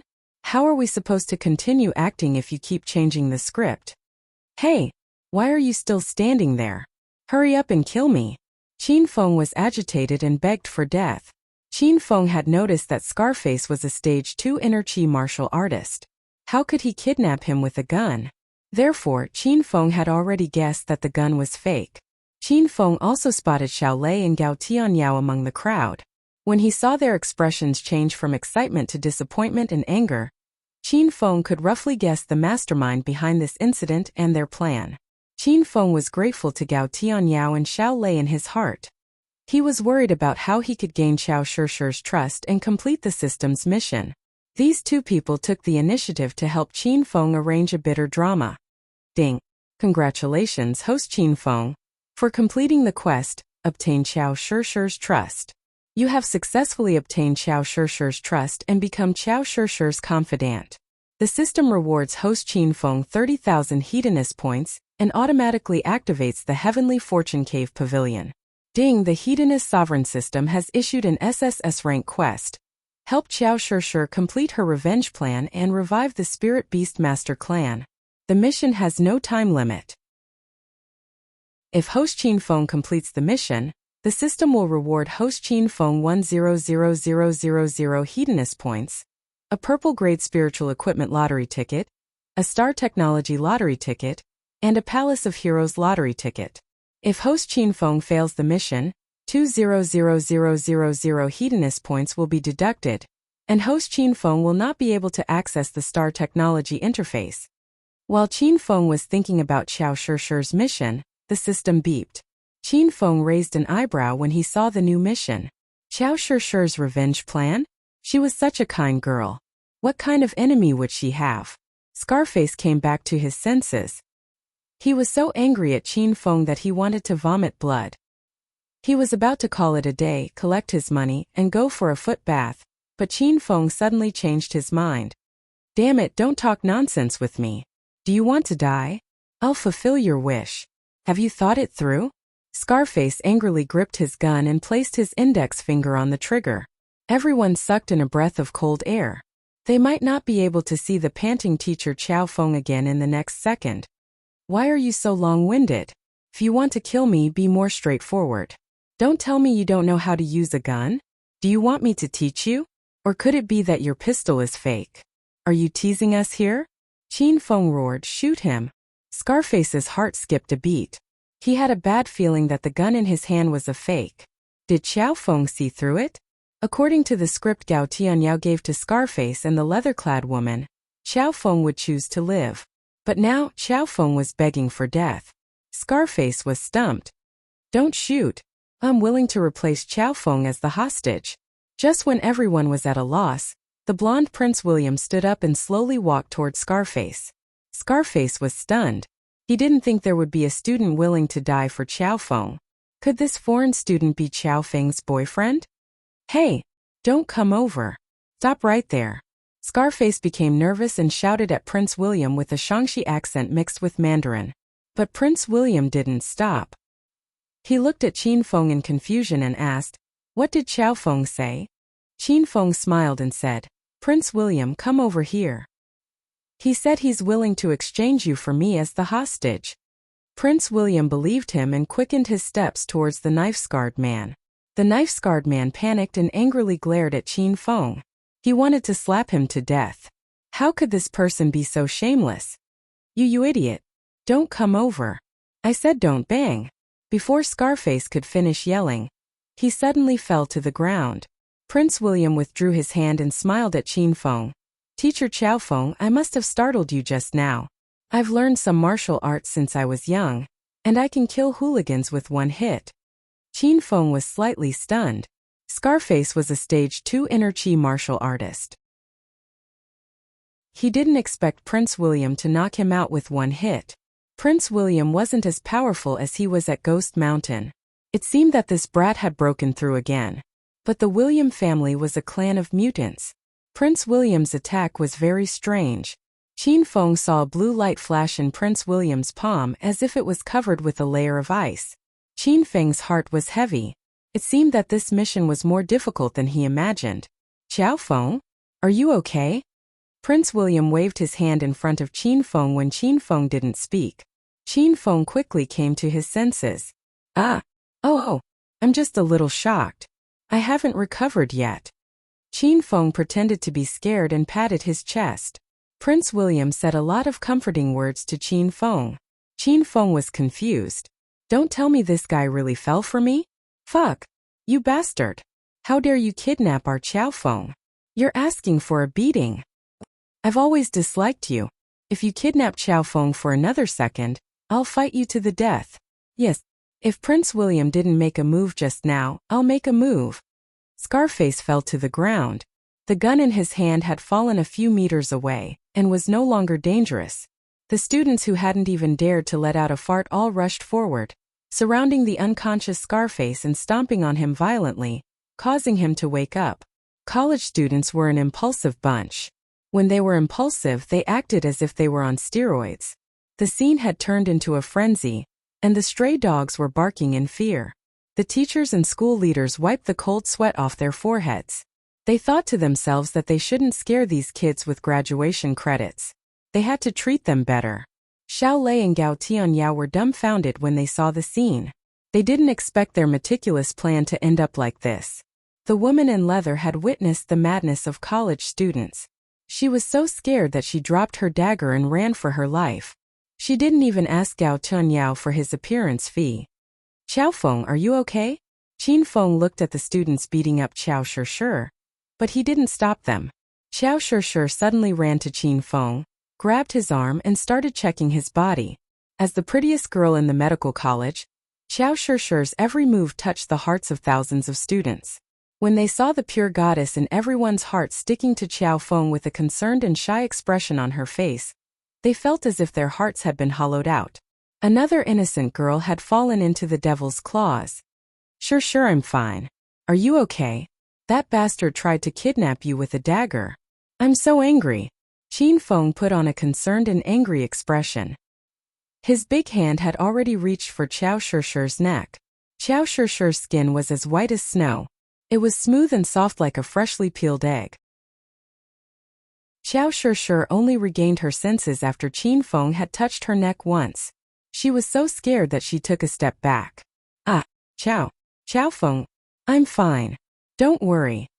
Qiao Shishir was so nervous that her little heart was beating wildly. This was the first time a boy touched her neck. In the next second, a trace of disappointment flashed across Qiao Shishir's beautiful eyes. She suddenly remembered that Qiao Feng wasn't the first man to touch her. That hateful Qin Feng was the first. Suddenly, Qiao Shishir hated Qin Feng because she felt that she had fallen in love with Qiao Feng. Ahem.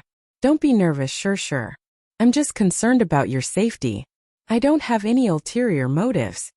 Qin Feng had just gained Qiao Shishir's trust, so he didn't want her to label him as a pervert so soon. Qiao Shishir's pretty face blushed. There was still a trace of melancholy in her eyes. She nodded and said softly, Professor Qiao Feng, I'm a little tired. I'll take a leave of absence from your class. I'll go back and rest now. Qiao Shishir left without hesitation. Her frail figure was like a fairy that had fallen into the mortal world, lonely and desolate. Qin Feng was fascinated by Qiao Shishir's retreating figure. This girl's mood was unpredictable. Even Qin Feng couldn't figure out what she was thinking. While Qin Feng and Qiao Shishir were flirting, the students of Provincial Capital University had tortured Scarface to the point that he was covered in cuts and bruises. When Qin Feng looked at the ground again, he was so shocked that he almost jumped up. What's going on with the dozen or so stray dogs hugging Scarface's body? Scarface was beaten awake from unconsciousness, then beaten back into unconsciousness. Qin Feng originally wanted to kick him a few more times. Who asked you to fucking point a gun at his head? However, when he saw Scarface's bloodied body, Qin Feng didn't have the heart to do so. The leather-clad woman didn't manage to escape. She was dragged back by the dozens of female students. It was Qin Feng's first time witnessing a fight between girls. The scene was even crueler than Scarface's. He could only hear the screams of the female students as they tore at the leather-clad woman's body. Bitch, how dare you frame our Professor Qiao Feng? Look at your face. Are you insulting Professor Qiao Feng's taste? I'll crush your nipple. Qin Feng was scared away by the screams of the female students, and so were the male students. Gao Tianyao and Xiao Lei were nowhere to be found. The teachers and university leaders shook their heads and sighed. Most of them left as well. Wang Zhonghua and some university leaders stayed behind. They had already called the police and were waiting for the police to arrive to hand over the matter. Because of this sudden farce, Wang Zhonghua had Qin Feng cancel the next 2 classes and arranged for counselors to escort the frightened students back to their dorms to rest. Professor Qiao Feng, wait for me. Qin Feng didn't have any classes and was about to return to Yan Wushuang's villa when he heard Prince William's voice. Chapter 6:18. Qin Feng stopped and turned to look at Prince William. "Prince Wei, what's the matter?" Prince William stopped in front of Qin Feng and looked at Qin Feng in surprise. He had stepped forward to save Qiao Feng's life when thousands of students had retreated. How could teacher Qiao Feng act as if nothing had happened? He didn't even say a word of thanks? As if sensing Prince William's confusion, Qin Feng smiled apologetically and said, "By the way, Prince Wei, thank you for saving me just now. However, teacher Qiao Feng is a clean man and only earns a meager salary every month. Even if you ask me to borrow money, I don't have it." Prince William's mouth twitched violently. What was he talking about? The reason why Prince William saved Qin Feng this time was to curry favor with him. A few days ago, Professor Mike had told Prince William about Qiao Feng's importance. If he could bring Qiao Feng back to the William family's base and have him serve the William family, then the William family's strength would increase rapidly. "Teacher Qiao Feng, you must have misunderstood me. I'm not asking you to borrow money. I want to treat you to a meal. Do you have time?" Prince William was very gentlemanly. In addition, he was tall and burly, and he had the aura of a prince. If these words were said to a girl, that girl would probably faint from joy. Qin Feng's expression didn't change at all. He was even a little confused. Qin Feng appeared as Qiao Feng and didn't have much of a relationship with Prince William. Prince William had saved him and taken the initiative to treat him to a meal. Qin Feng's hair stood on end. "Don't tell me he wants to sleep with me? No, don't tell me this guy knows I'm Qin Feng?" No matter which guess it was, Qin Feng felt a bit uneasy.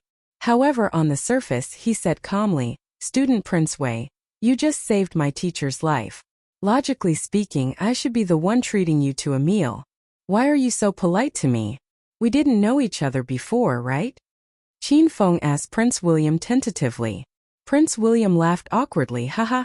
Speaking of which, I'm not afraid of teacher Qiao Feng laughing at me. Although we didn't know each other before, the other students at Provincial Capital University seemed to reject me. Only teacher Qiao Feng was friendly and took care of me. I've just arrived and will be staying here for a few years, so I want to have a good relationship with teacher Qiao Feng. I hope teacher Qiao Feng can give me some pointers in the future."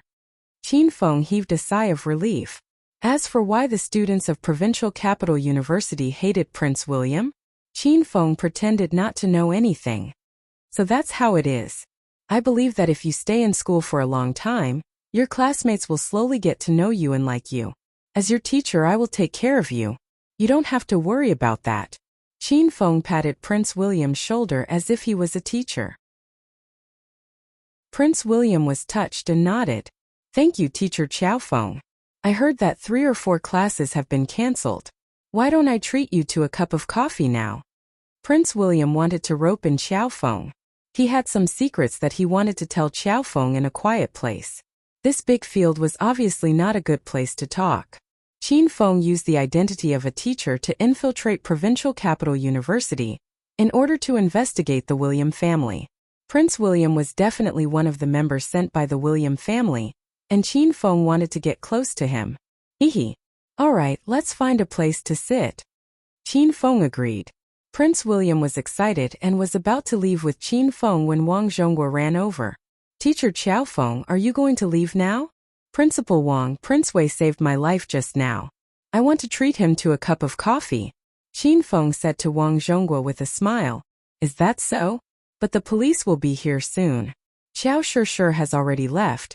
And you are the other victim. Do you want to stay behind to give a statement?" Wang Zhonghua looked at Qin Feng awkwardly. Qin Feng's priority was to investigate the William family. He didn't have the time to give a statement. He put on an impatient expression and said, "Principal Wang, can you find any student to pretend to be the victim and let them say a few words? I'm leaving with Prince Wei." Qin Feng left without any hesitation. Wang Zhonghua shouted at Qin Feng a few times, but it was useless. Wang Zhonghua was so angry that he blew his beard and glared at Qin Feng. However, he couldn't do anything to Qiao Feng, who asked Qiao Feng to be the school's most popular teacher. Many schools had begun to secretly pay a high price to poach Qiao Feng. Principal Wang didn't dare to offend this great Buddha. Qin Feng walked halfway, then turned around and ran back. Both Prince William and Wang Zhonghua were puzzled. Teacher Qiaofeng, if you have something to do, go do it. I'll help you deal with the police. Wang Zhonghua's cold expression immediately blossomed like a flower, and he looked at Qin Feng with a smile. Qin Feng's impatient expression also disappeared. His eyes sparkled as he stared fixedly at the policewoman who was walking over. The policewoman wore a neat and tidy police uniform. Her long hair was braided at the back of her head. She was tall and slender, and she looked valiant and formidable. She had already attracted many students' attention. Haha, what are you saying, Principal Wang? I was the victim just now, so of course I have to personally come out and cooperate with the police investigation. How could I trouble Principal Wang to help me deal with the aftermath? Wang Zhonghua didn't know what to say. Qin Feng went from east to west, then to west. He didn't know which sentence was true. At this time, the valiant and formidable policewoman arrived at Wang Zhonghua's side. Her beautiful brows were slightly raised, and her voice was cold but pleasing to the ear. Excuse me, are you Provincial Capital University's Principal Wang? Seeing the policewoman, Wang Zhonghua's eyes lit up. This woman was beautiful, tall, and had a good figure. She also exuded an air of righteousness. She was truly a rare beauty. I am. I was the one who reported the case in front. 2 criminals broke into the school and almost hurt one of our teachers and one of our students. Wang Zhonghua gave a brief account of what happened. The 2 subordinates behind the policewoman were using pens to make simple notes. Did the 2 criminals escape? Are the student and teacher who were kidnapped okay? The policewoman inquired. The criminals didn't escape. They were captured by our university's heroic students. The student who was injured was frightened and has been sent home to rest. The teacher who was injured is also fine. He's the teacher beside me. He's our medical college's gold medal lecturer. Even at this time, Wang Zhonghua didn't forget to praise Qiaofeng. Qin Feng ignored Wang Zhonghua. Ever since the policewoman appeared, Qin Feng's gaze fell on her and couldn't move away. Lu Bingbing's line of sight shifted and fell on Qin Feng. Coincidentally, their eyes met. Is this the gold medal lecturer you were talking about?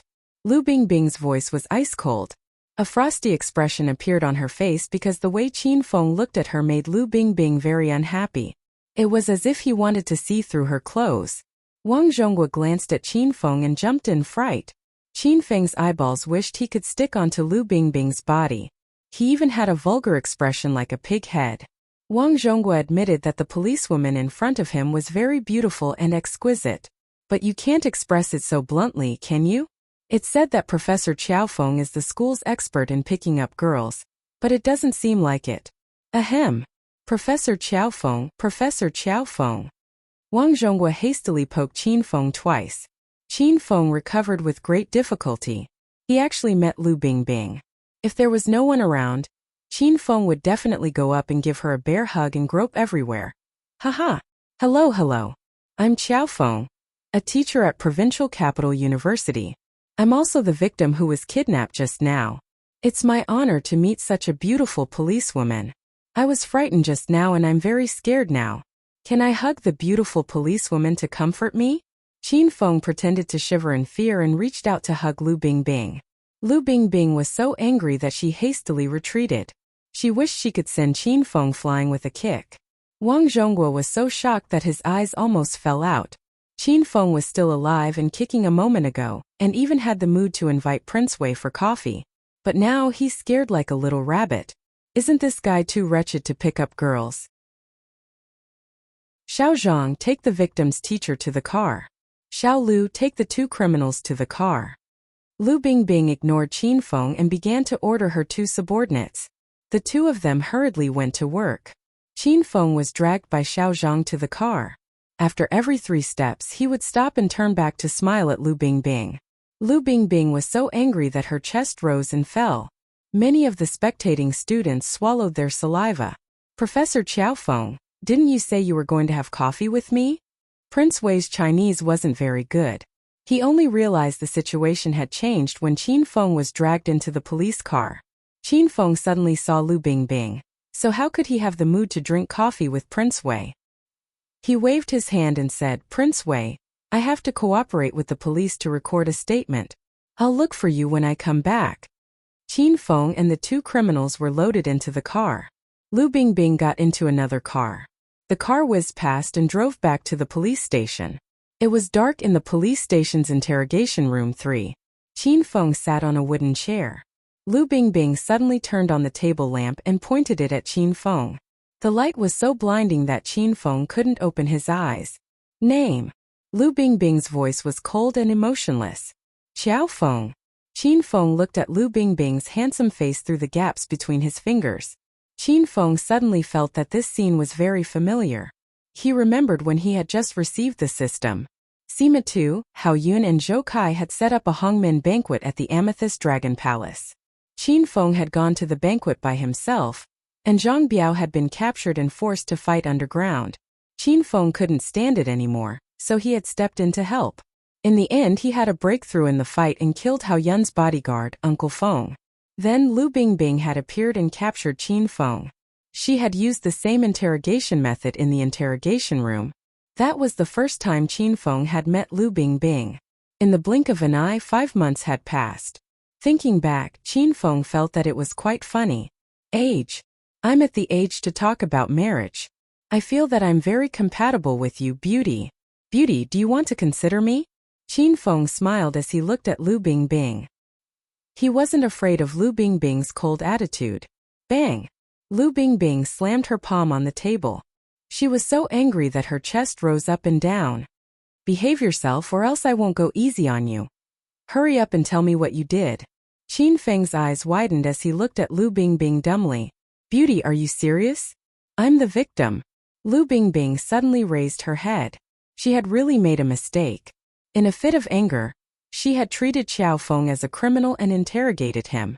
Who told Xiao Feng to keep staring at Lu Bingbing and leave a bad impression in her mind? I know you're the victim. Do I need you to remind me of that? Lu Bingbing felt a bit awkward, but she still put on a strong front.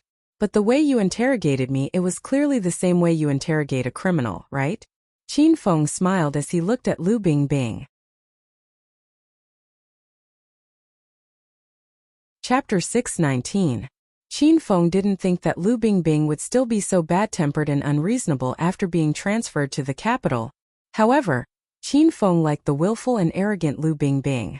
Pretty lady, aren't you being unreasonable? As a police officer, you have to set an example.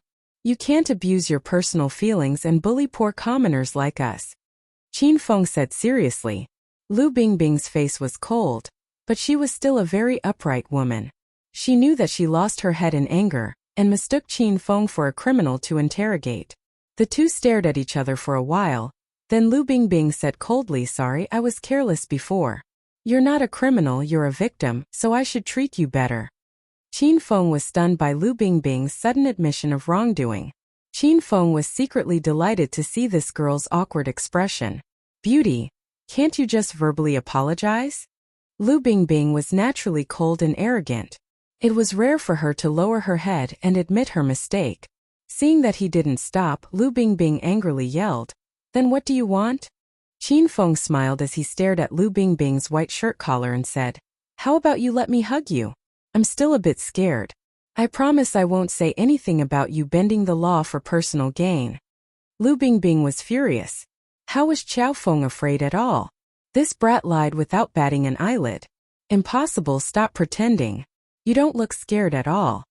Lu Bingbing's voice was icy cold. If you don't want a hug, then don't hug. How about a kiss? Qin Feng looked like a rascal. Slap. Lu Bingbing was so angry that she almost smashed the wooden table with her palm. Qin Feng met Lu Bingbing's frosty gaze, but he wasn't afraid. He leisurely crossed his legs. Dream on. I'm warning you, don't push your luck. Lu Bingbing was truly angry. Qin Feng also stood up.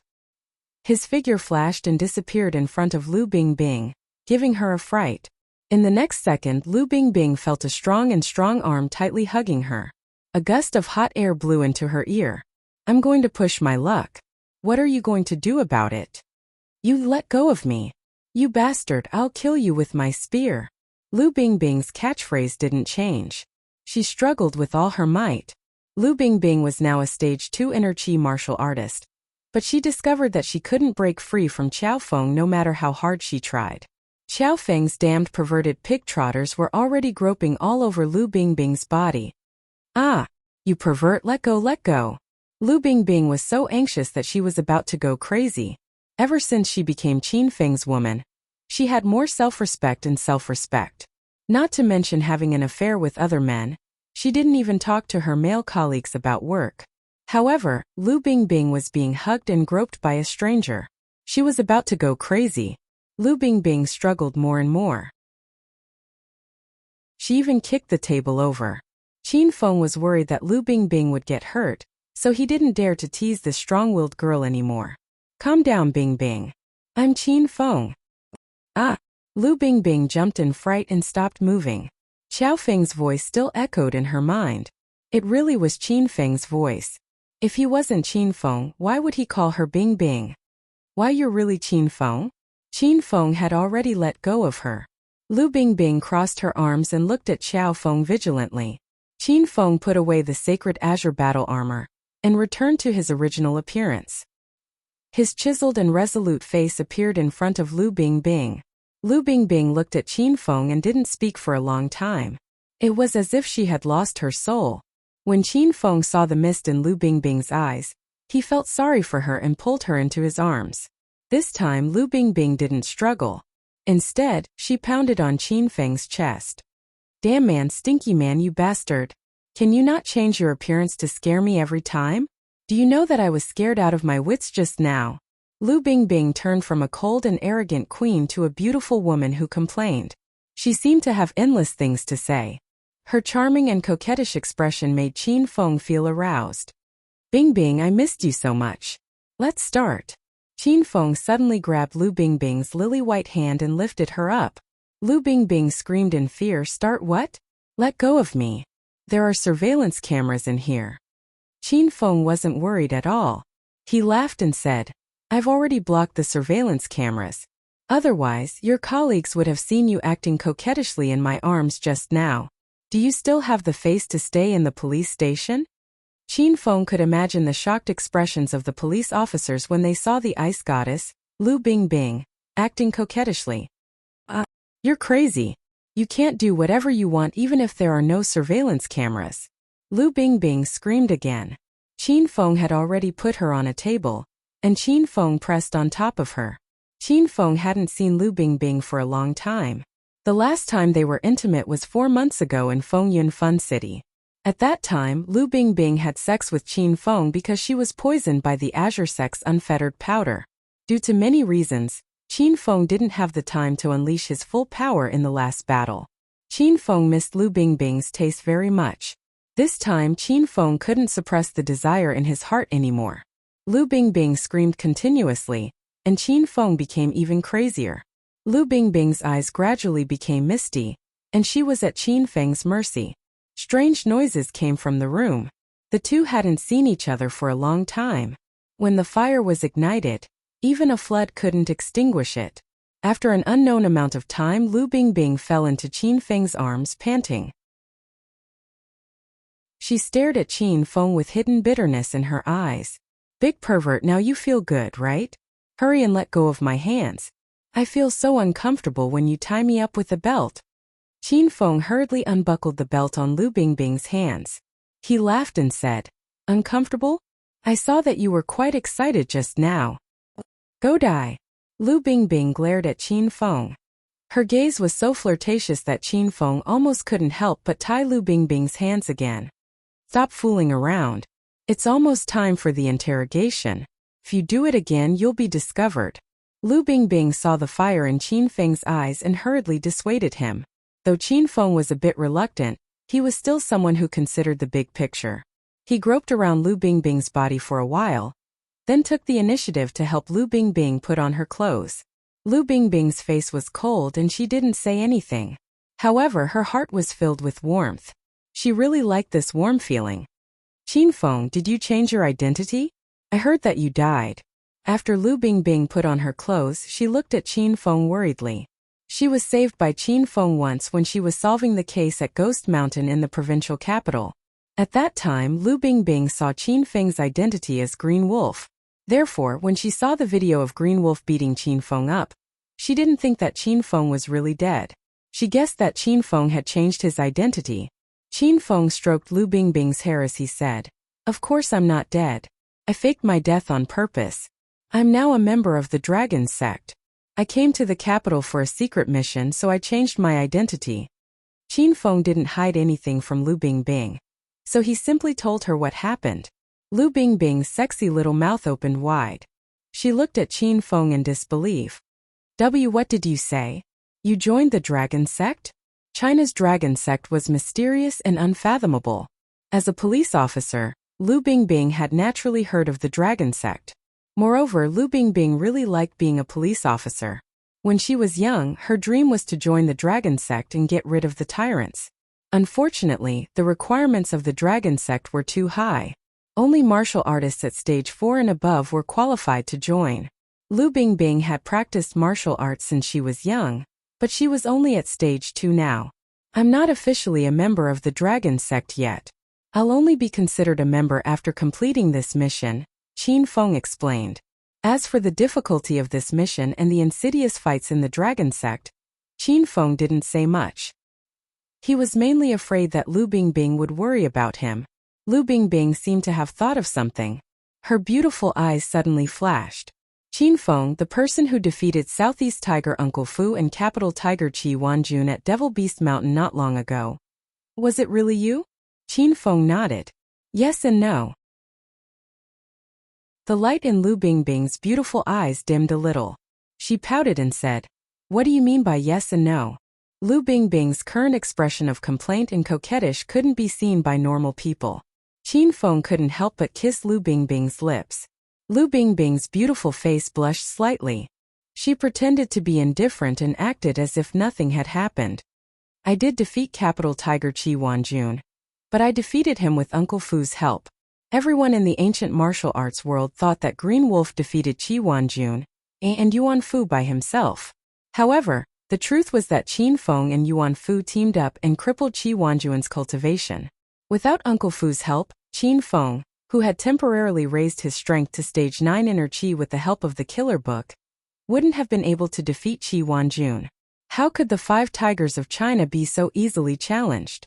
Lu Bingbing's expression changed unpredictably. In the end, she nodded in realization. Uncle Fu's identity had been exposed. He was Yuan Fu, one of the 5 tigers of China.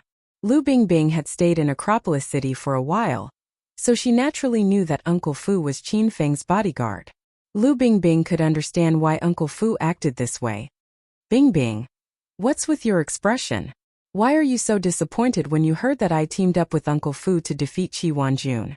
Qin Feng was puzzled when he saw the change in Lu Bingbing's expression. Lu Bingbing pouted again.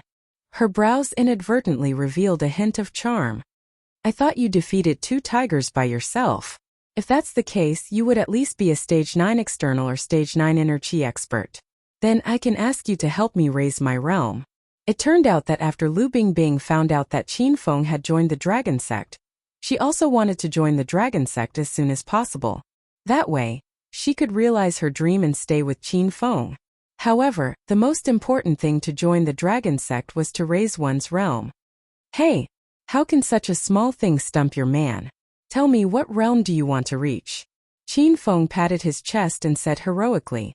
Lu Bingbing rolled her eyes at Qin Feng. Clearly she thought he was bragging. You're so annoying.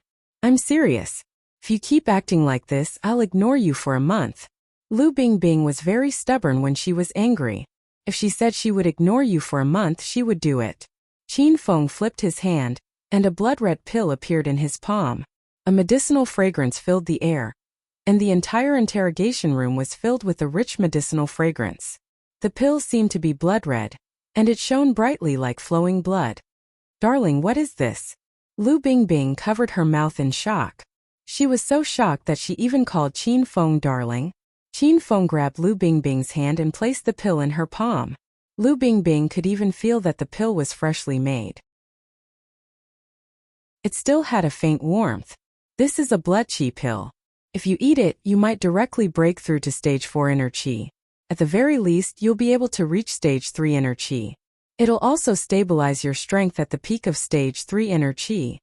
Qin Feng's expression was calm and collected. He wasn't putting on an act.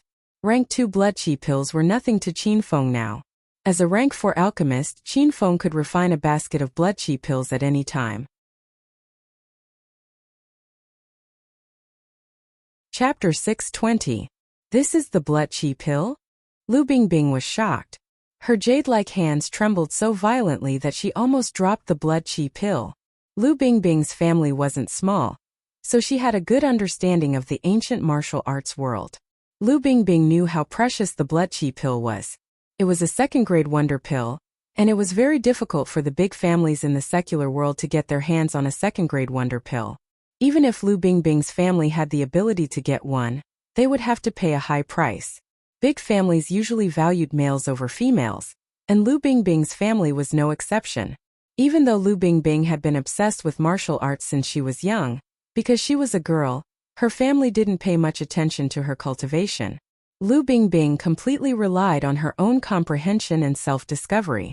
Now that she had stepped into stage 2 inner chi at the age of 25, she could be considered a genius martial artist.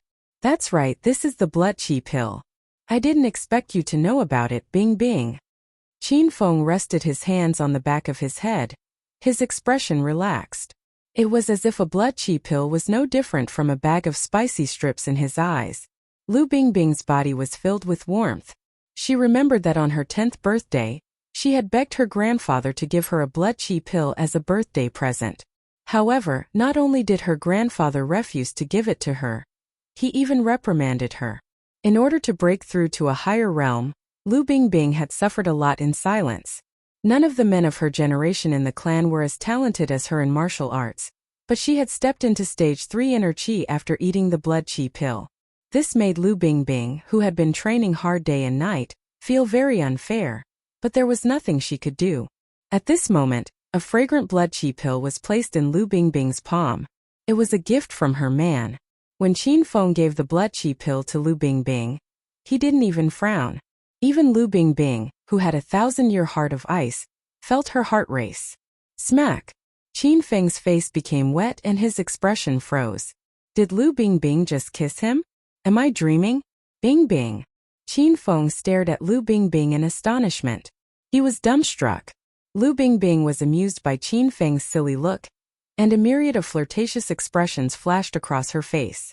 She suddenly hugged Qin Feng, and her sexy little mouth pressed against Qin Feng's ear as she blew hot air. Darling, thank you for the blood chi pill. Qin Feng was excited and seething. He felt like even a cat wanted to be a bridesmaid for a mouse. Was the end of the world coming? Bingbing!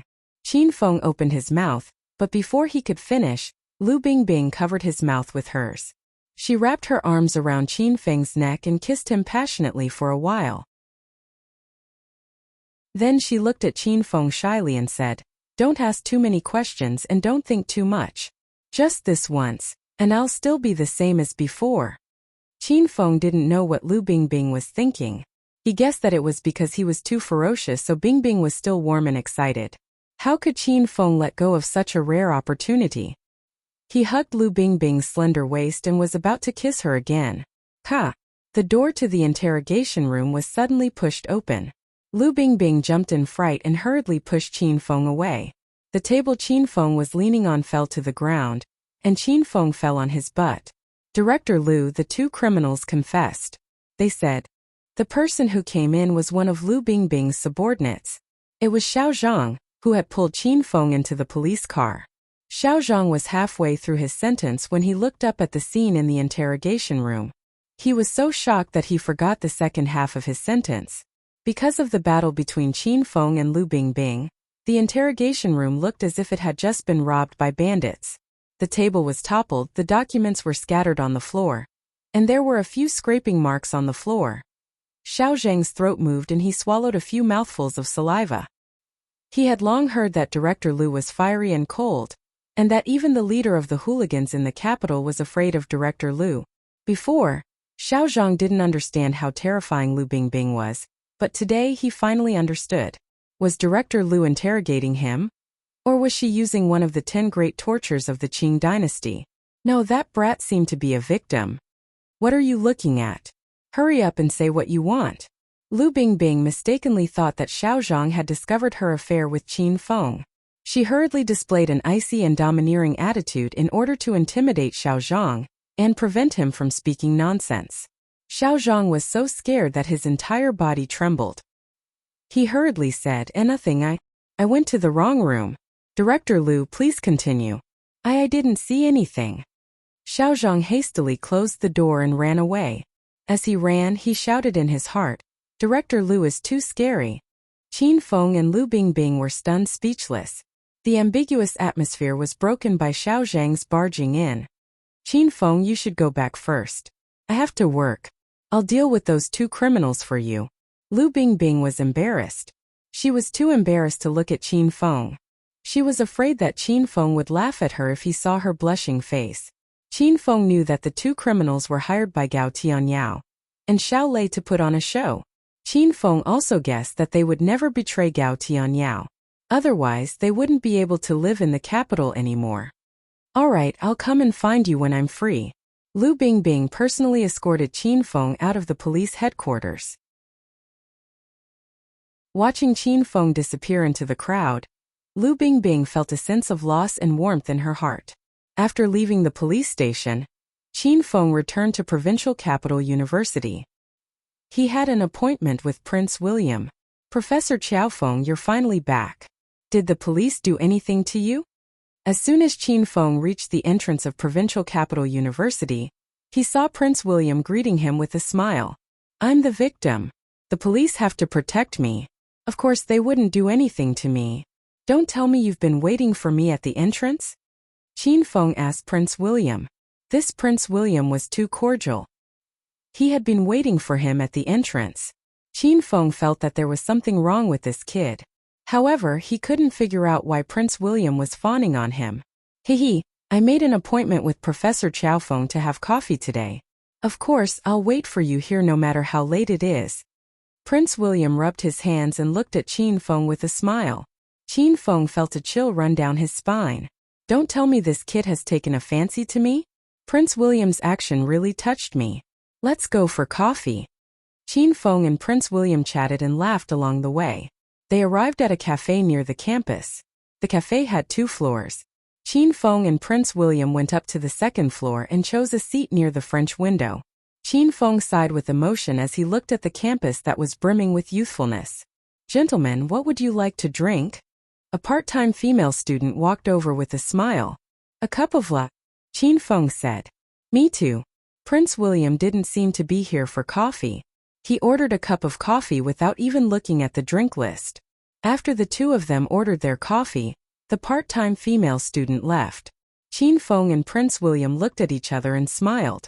Qin Feng said, I didn't expect Prince William to have the same taste as you. You like latte as well? Actually, the coffee in China is not authentic. I feel the same no matter what kind of coffee I drink. Prince William said with a smile, Professor Qiaofeng, do you like coffee? If you have the chance, you should go to the United States and try authentic coffee. Qin Feng couldn't guess the meaning behind Prince William's words, so he said, if I have the chance, of course I would like to go. But it's very expensive to go abroad. A poor teacher like me can't afford it. Hearing that Qin Feng wanted to go to the United States, Prince William's eyes lit up. He said calmly, actually, it's not that expensive to go to the United States. I have Professor Qiaofeng to take care of me in China.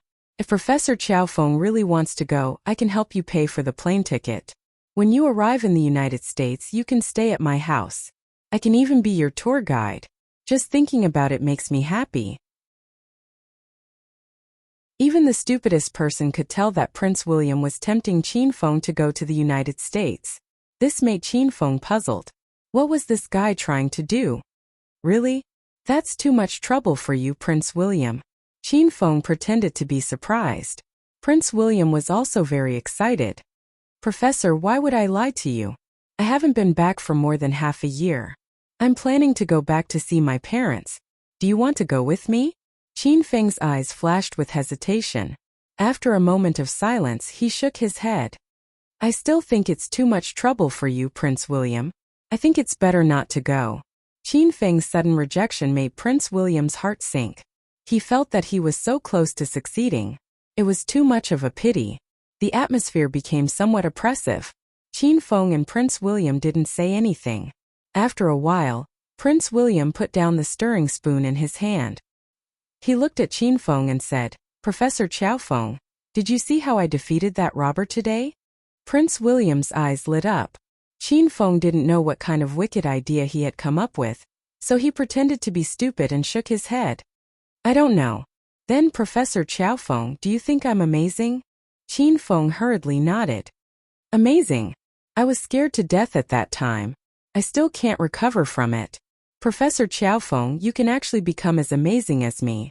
Do you want to become stronger?" Prince William was handsome and noble. His voice was full of magnetism. He constantly tempted Qin Feng as if he wanted to pull Qin Feng into a pyramid scheme. Qin Feng put on an innocent expression and looked at Prince William curiously. "I don't understand what you mean. Make me stronger? How? Is it to eat brother way? Will there be any side effects?" The corner of Prince William's mouth twitched. He almost fainted from anger.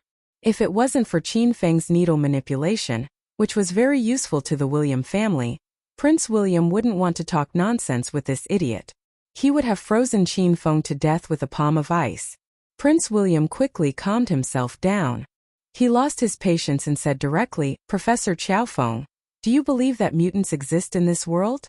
Qin Feng's expression changed slightly. He didn't expect Prince William to reveal this information to him. Qin Feng immediately put on a look of disdain and mocked, "Classmate Prince Wei, don't joke around. It's a technological society now, and everything is based on science. You're already an adult, so how can you say such childish, retarded things?" Prince William's eyes were burning with anger.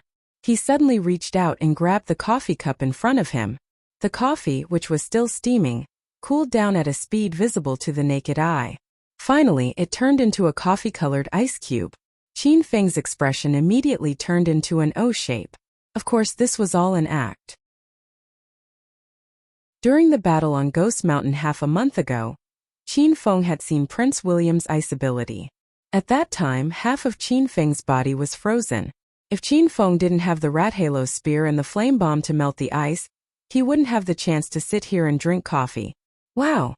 Prince William, I didn't expect you to be a magician. How did you do it? Hurry up and teach me. I'll be able to pick up girls after I learn it." Crack! Prince William was so angry that he used too much force. The porcelain cup in his hand shattered into pieces. The coffee inside also turned into ice shards. "Professor Qiao Feng, let me explain again. This is not magic or acrobatics. This is a mutant, an ice attribute mutant," Prince William said solemnly. He was so angry that his lungs were about to explode. Qin Feng's expression also became serious. "Mutant? Is there really such a thing in this world?"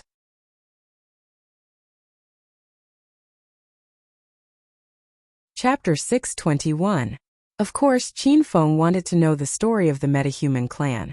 The reason why he pretended and acted earlier was to force Prince William to tell him about the metahuman clan. Prince William was delighted when he saw Qin Feng's interest. He felt that everything was under his control. He was proud of the fact that he was the master of the world. Just as Prince William was telling Qin Feng the story of the mutant families, two men dressed in luxurious clothes walked up to the second floor. They walked past Qin Feng and Prince William and sat down in a private room behind Qin Feng. After ordering 2 cups of coffee, the two men started to chat. "Young Master Yang, have you heard anything? Where are the 2 bitches, Rao Sherman and Zhang Kuku, holding their concert?" The man who spoke was very fat. He was dressed in a burgundy suit that fit him well. He looked like a Maitreya Buddha when he smiled. Sitting opposite to the Maitreya Buddha was a man in a white suit. He was tall and slender, and his facial features were well defined. He was as handsome as a fresh meat in the film and television industry. Of course, he was not as handsome as Qin Feng. The concert must be held in Provincial Capital University. I'm not sure if the concert will be held in the university's gymnasium. A murderous glint flashed across the man's eyes, but it did not escape the Maitreya Buddha's eyes. The two men were the young masters of the Liu and Yang clans, one of the 4 largest clans in the provincial capital. They were also the second young masters of the 4 young masters of the provincial capital.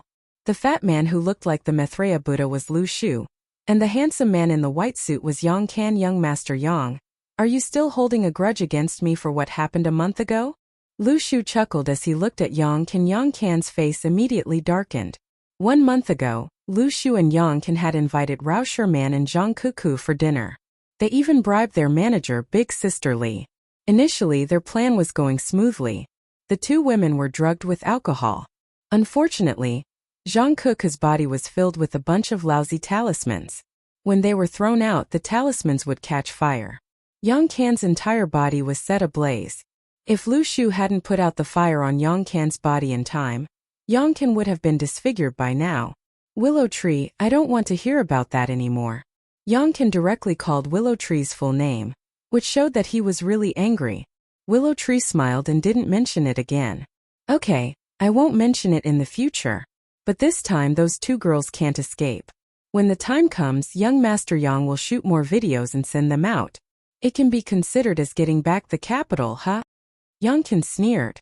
Ever since Zhang Ke used the fireball charm to throw him into a sorry state, Yang Can had been planning to take revenge on the two girls.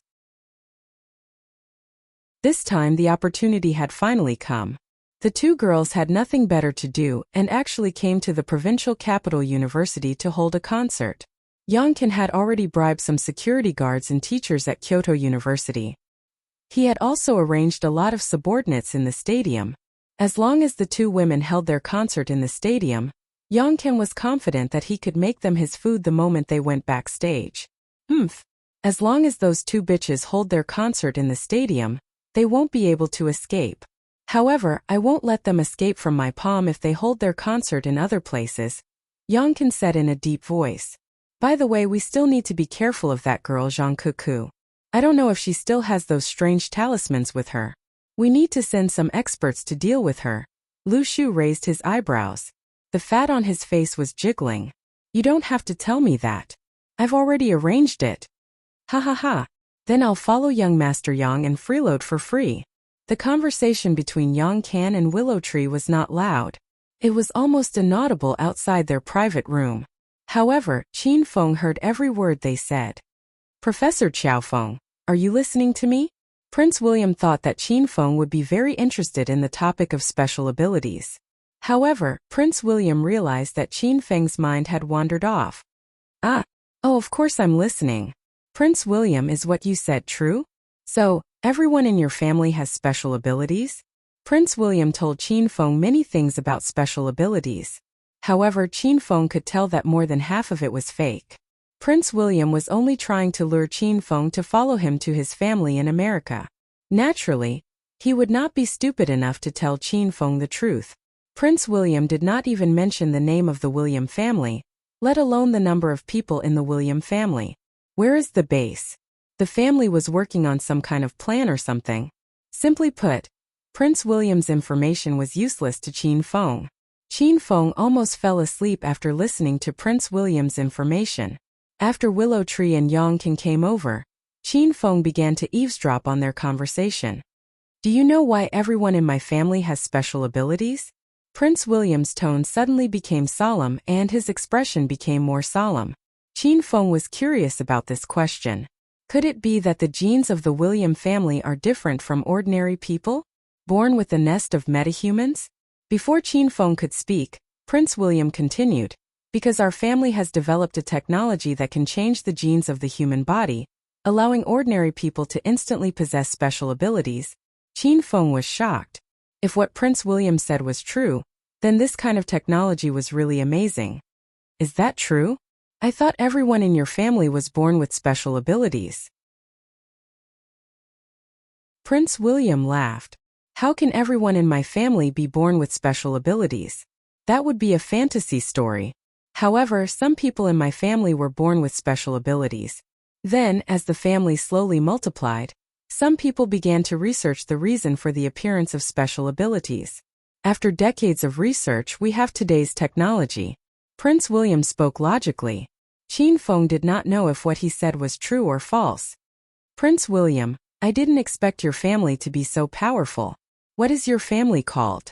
Qin Feng took the initiative to ask for useful information. Prince William's expression changed as if someone had touched his reverse scale. However, he quickly regained his composure and smiled faintly. Teacher Qiao Feng, are you willing to go to America with me? Some things are not easy to say now. You will know when you get there. I can ask the family to train you to be a special ability user. You can also have ice attribute special abilities. Prince William began to tempt Qin Feng again. Qin Feng found that this guy was very cautious. After chatting with him for a long time, Prince William did not reveal any useful information. Qin Feng did not plan to ask anymore. If he asked too much, he would expose himself. Qin Feng suddenly stood up. His legs were unsteady, and he fell on the partition wall behind him. Boom!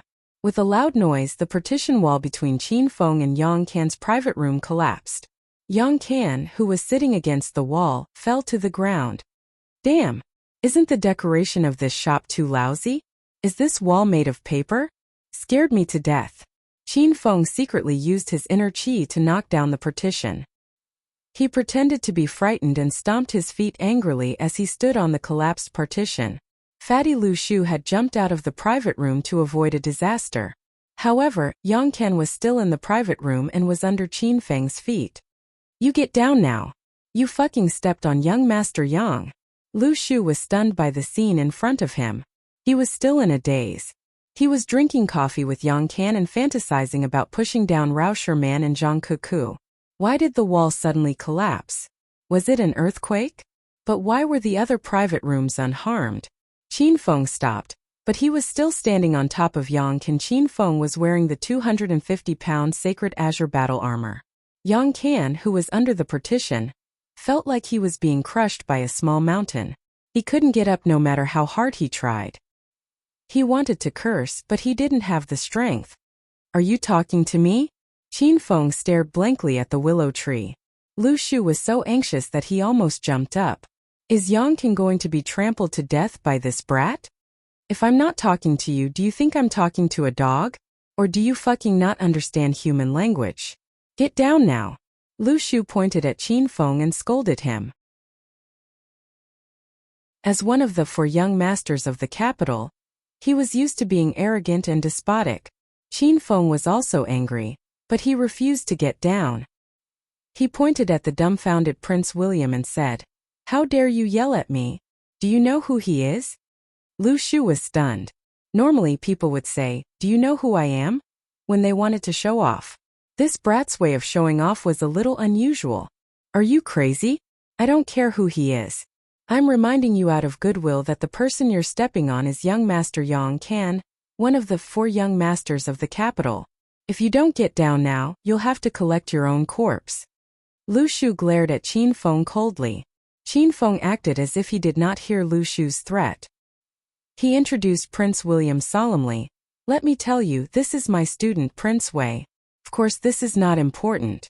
What's important is that he can perform magic. No wait, he has a supernatural ability. He can release ice with one palm. Lu Shu was not scared. He was dumbfounded by Qin Feng's intelligence. Was this person really not crazy? Why does he speak without rhyme or reason? Lu Shu had already lost his patience.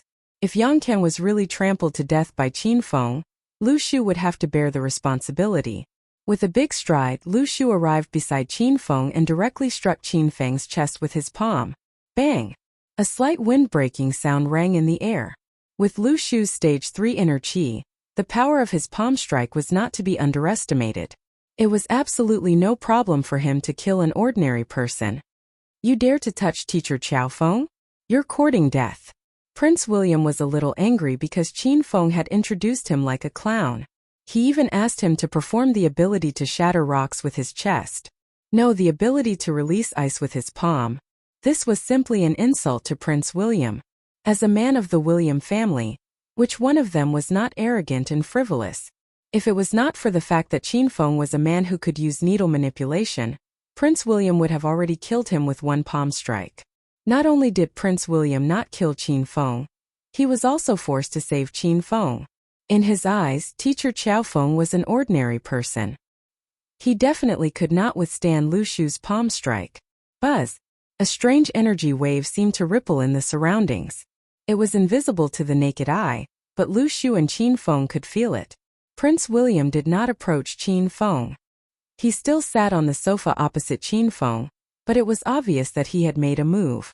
Lu Shu felt his speed and inner qi being suppressed. His punch, which originally weighed more than 150 kilograms, was less than 1.5 kilograms when it landed on Qin Feng's body. Bang! The punch landed on Qin Feng's chest with a soft muffled sound. It was like a little girl pounding her boyfriend's chest when she was acting coquettishly. Lu Shu hurriedly looked at Prince William. He was dumbfounded. Qin Feng was also somewhat shocked. Was a mutant this powerful? Hey, are you afraid now? I've already told you that my student is very powerful. Do you believe me now? Come, hammer my shoulders again. You don't have to hammer my chest anymore. Qin Feng suddenly said after regaining his senses.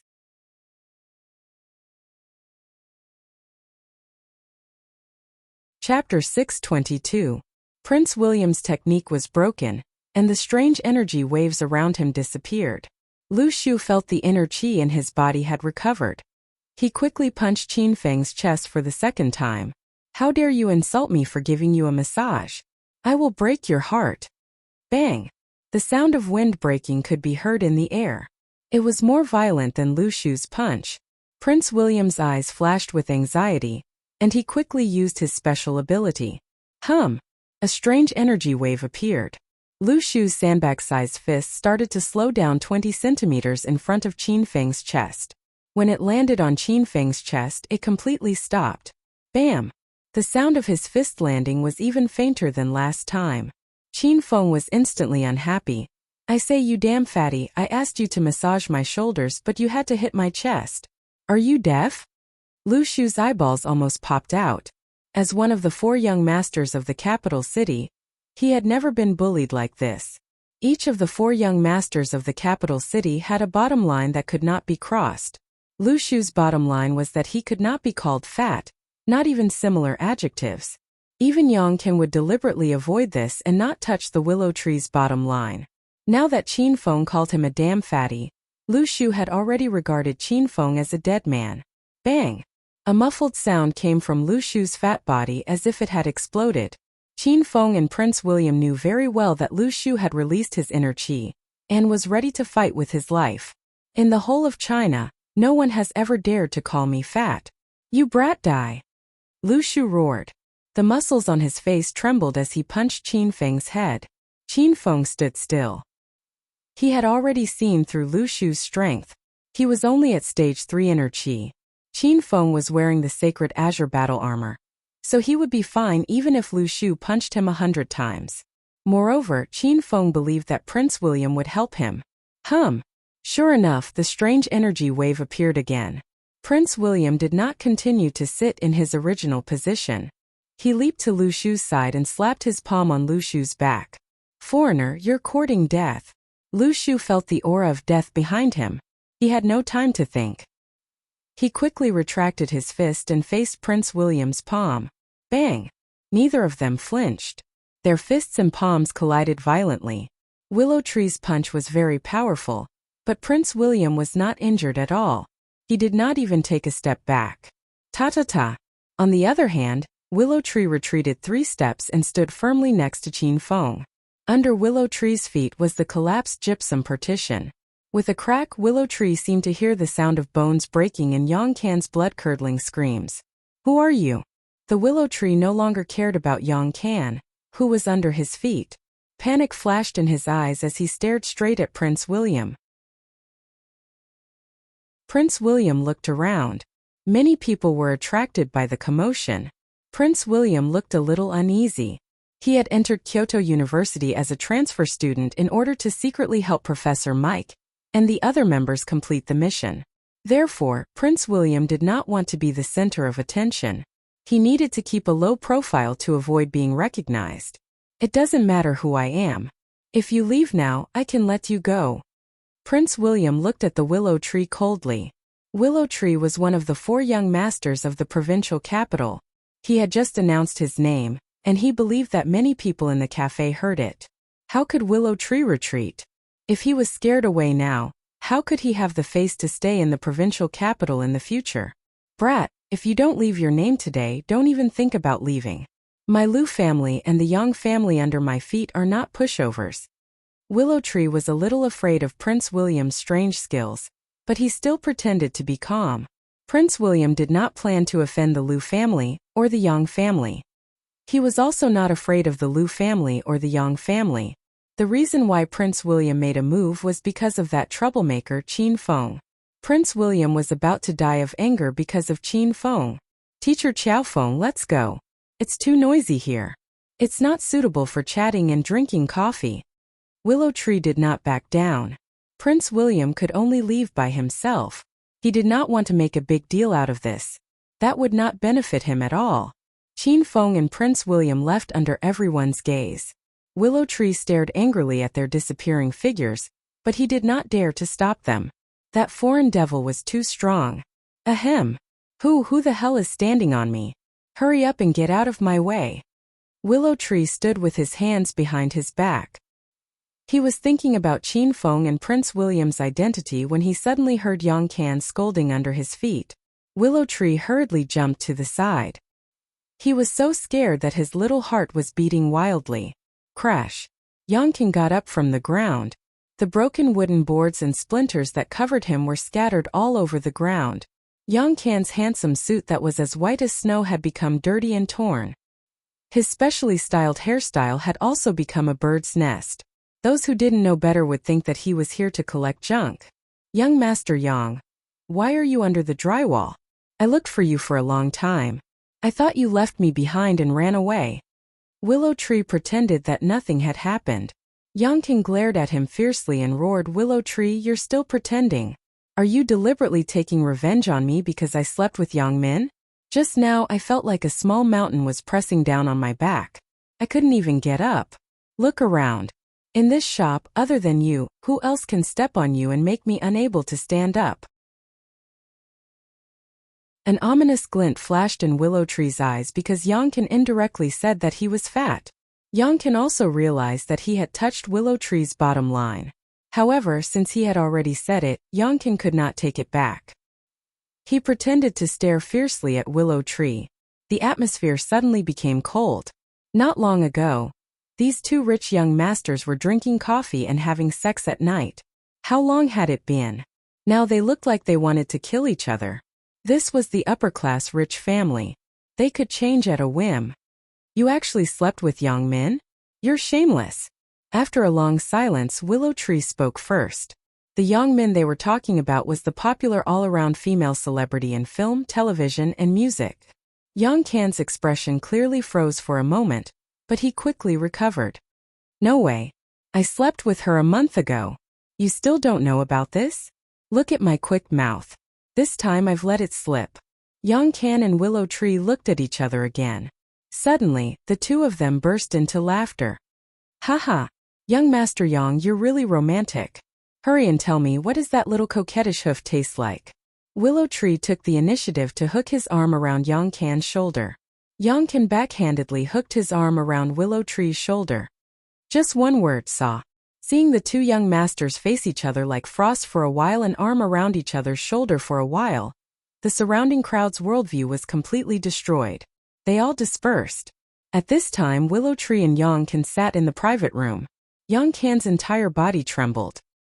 He abruptly broke free from Willow Tree. Young Master Lu, why are your hands so cold? Willow Tree seemed to have thought of something. He hastily yelled at Yang Can. Young Master Yang, quick! Quick! Take out your lighter and melt the ice on my hands. It's freezing. Yang Can looked at the thick layer of ice on Willow Tree's palms. He was shocked. While melting the ice on Willow Tree's palms with the lighter, he asked, who are those 2 people? Willow Tree's expression became solemn. One of them should be an ordinary person. Other than having a sharp tongue, he's practically a piece of trash. I can smash his head with one punch. The other one is a foreigner. His strength is very strange. He's the one who put this layer of ice on my hands. After Willow Tree's words, both of them fell into deep thought. After a while, Yongkin opened his mouth and said, "Could these two people be related to Rao Sherman and Zhang Kuku? That's impossible." "I think it's just a coincidence," Willow Tree said. "That's for the best. Let's not bother about them. According to the information I received, those two little beauties will arrive at Provincial Capital University tonight. Hehe. Young Master Yang, let's keep the bodies of those two beauties for tonight. There's a grand show-off waiting for us tonight. Let's go look for some young models and socialites to play with first," Willow Tree said excitedly. Both of them laughed vulgarly. Qin Feng and Prince William were dissatisfied with their conversation at the coffee shop. Neither of them got what they wanted. Therefore, both of them remained silent and strolled around the campus. Suddenly, Qin Feng's cell phone rang. "Professor Qiao Feng, have you finished recording your statement? Is everything all right now?" The caller was Wang Zhonghua. He spoke a lot of words of concern for Qin Feng. "Yes, I'm fine. I'm sorry for making you worry, Principal Wang," Qin Feng said. "Hey, it's my duty to worry about the teachers and students of Provincial Capital University. Please don't stand on ceremony with me, Professor Qiao Feng." "Oh right, Professor Qiao Feng, are you free now? I need your help with something." Qin Feng replied without hesitation, "Principal Wang, I'm really sorry, but I'm very busy right now. I can't leave." "Is that so? Sight. Forget it then. The two superstars of the beauty duo have arrived at the university. I was thinking that Professor Qiao Feng and Professor Chong Xian could receive them if you're free." "Principal Wang, I'll be at the university gate soon. Where are you? I'll go look for you now." Qin Feng changed his mind without hesitation. Wang Zhonghua was stunned for a few seconds before he regained his senses. "Ah? I'm also at the university gate." "Ah, I see you." Wang Zhonghua was speechless when he saw Professor Qiao Feng sprinting towards him like a rabbit. Professor Qiao Feng is good at everything, but he can't resist a beauty. Prince William's mouth twitched violently when he saw Professor Qiao Feng. Today was a bad day for Prince William, so he planned to talk to Professor Qiao Feng in 2 days. If he kept on chasing after Professor Qiao Feng, it would only make Professor Qiao Feng suspicious.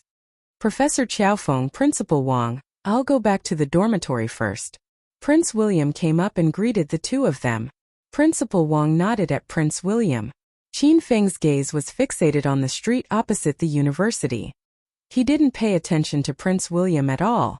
After Prince William walked for about 10 minutes, a black limousine slowly drove to Provincial Capital University and stopped at the university gate. 2 uniformed police officers got out of the car and stood on both sides of the door. After a while, a black crystal high heel peeked out of the car. On the high heel was a snow-white and delicate calf. It was slender and long like a tender lotus root. Rao Sherman walked out of the car in a black elegant one-piece dress. She wore a pair of big sunglasses on her delicate little face and a lace hat on her head. Her whole person emitted a noble, elegant, and mysterious aura. After Rao Sherman got out of the limousine, she tilted her body slightly, but she didn't rush forward. Another pair of beautiful legs landed on the ground.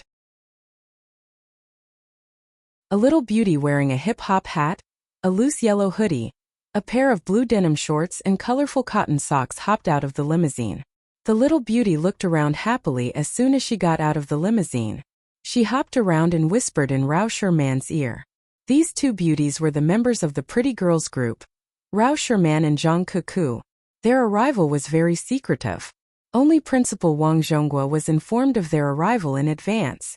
Both of them were dressed very mysteriously. They wore big sunglasses and a hat to cover their faces, and their heads were slightly lowered. Even if ordinary people saw them, they wouldn't think that they were members of the pretty girls group.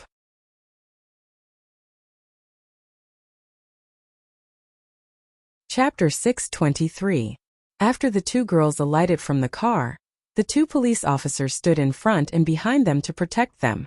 Although Wang Zhonghua was not familiar with the pretty girls group, he was able to guess the identity of the 2 girls based on their posture.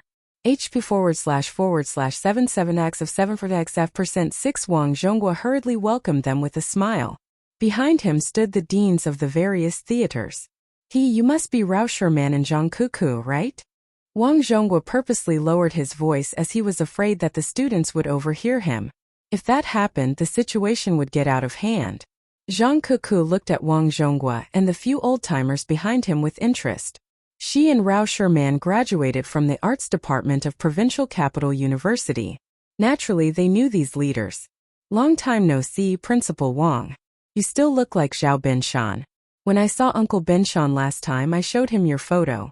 Uncle Binshan said that you're his long-lost younger brother. He said that he'll come to Provincial Capital University to look for you when he's free. Zhang Kuku was cheerful and lively. She spoke without thinking. Wang Zhonggua's smile froze on his face. Rao Sherman quickly said, Kuku, don't be disrespectful to Principal Wang. Principal Wang, Kuku has always been like this. You should know her better. Wang Zhonghua regained his senses and laughed. Haha, I know her better. She used to piss us off every day when we were still in school. Zhang Kuku pouted when she heard Wang Zhonghua badmouthing her. She complained, Sherman, I'm just telling the truth. I'm not the only one who said that. The students in our cohort said that Principal Wang has a long stutter and is a little abnormal. Oh right, Sherman, you said it too. Zhang Kuku didn't care about their expressions. She couldn't stop talking. Rao Sherman and Wang Zhonggua's mouths twitched violently. Both of them wanted to tape Zhang Kuku's mouth up. The leaders behind Wang Zhonghua wanted to laugh, but they didn't dare to. Their faces were flushed.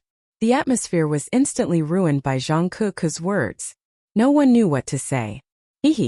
These two are the superstars Rao Sherman and Zhang Kuku. Huh, it's you? The atmosphere was in a deadlock when Qin Feng suddenly jumped out. He wanted to make a cool entrance and introduce himself in a unique way, but before he could finish his sentence he was stunned. His eyes were fixed on Zhang Kuku. Isn't this the bitch who stole my talisman at Yulin Street? Qin Feng's piercing gaze sent chills down Zhang Kuku's spine. Zhang Kuku hastily covered her chest and hid behind Rao Sherman. She glared at Qin Feng and yelled, Hey, if you keep looking at me like that, I'll call the police and have you arrested. Wang Zhonghua was speechless when he saw the look in Qin Feng's eyes.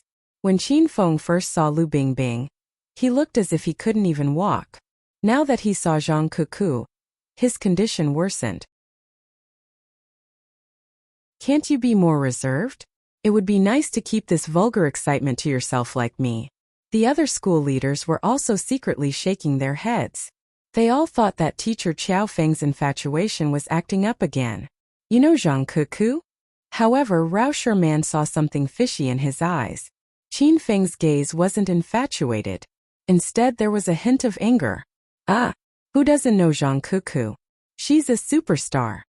Qin Feng regained his senses.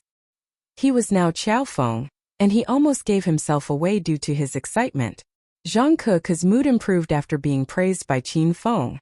She snorted coldly and said, You're quite observant, aren't you? Forget it. I'm kind, beautiful, and have a sweet tongue. I won't argue with you anymore. Zhang Kuku had a good sense of herself. Once she became narcissistic, even Qin Feng would have to admit defeat. The corner of Wang Zhonggua's mouth twitched subconsciously. Who was the one who said I look like Zhao Binshan just now? You call that a sweet tongue?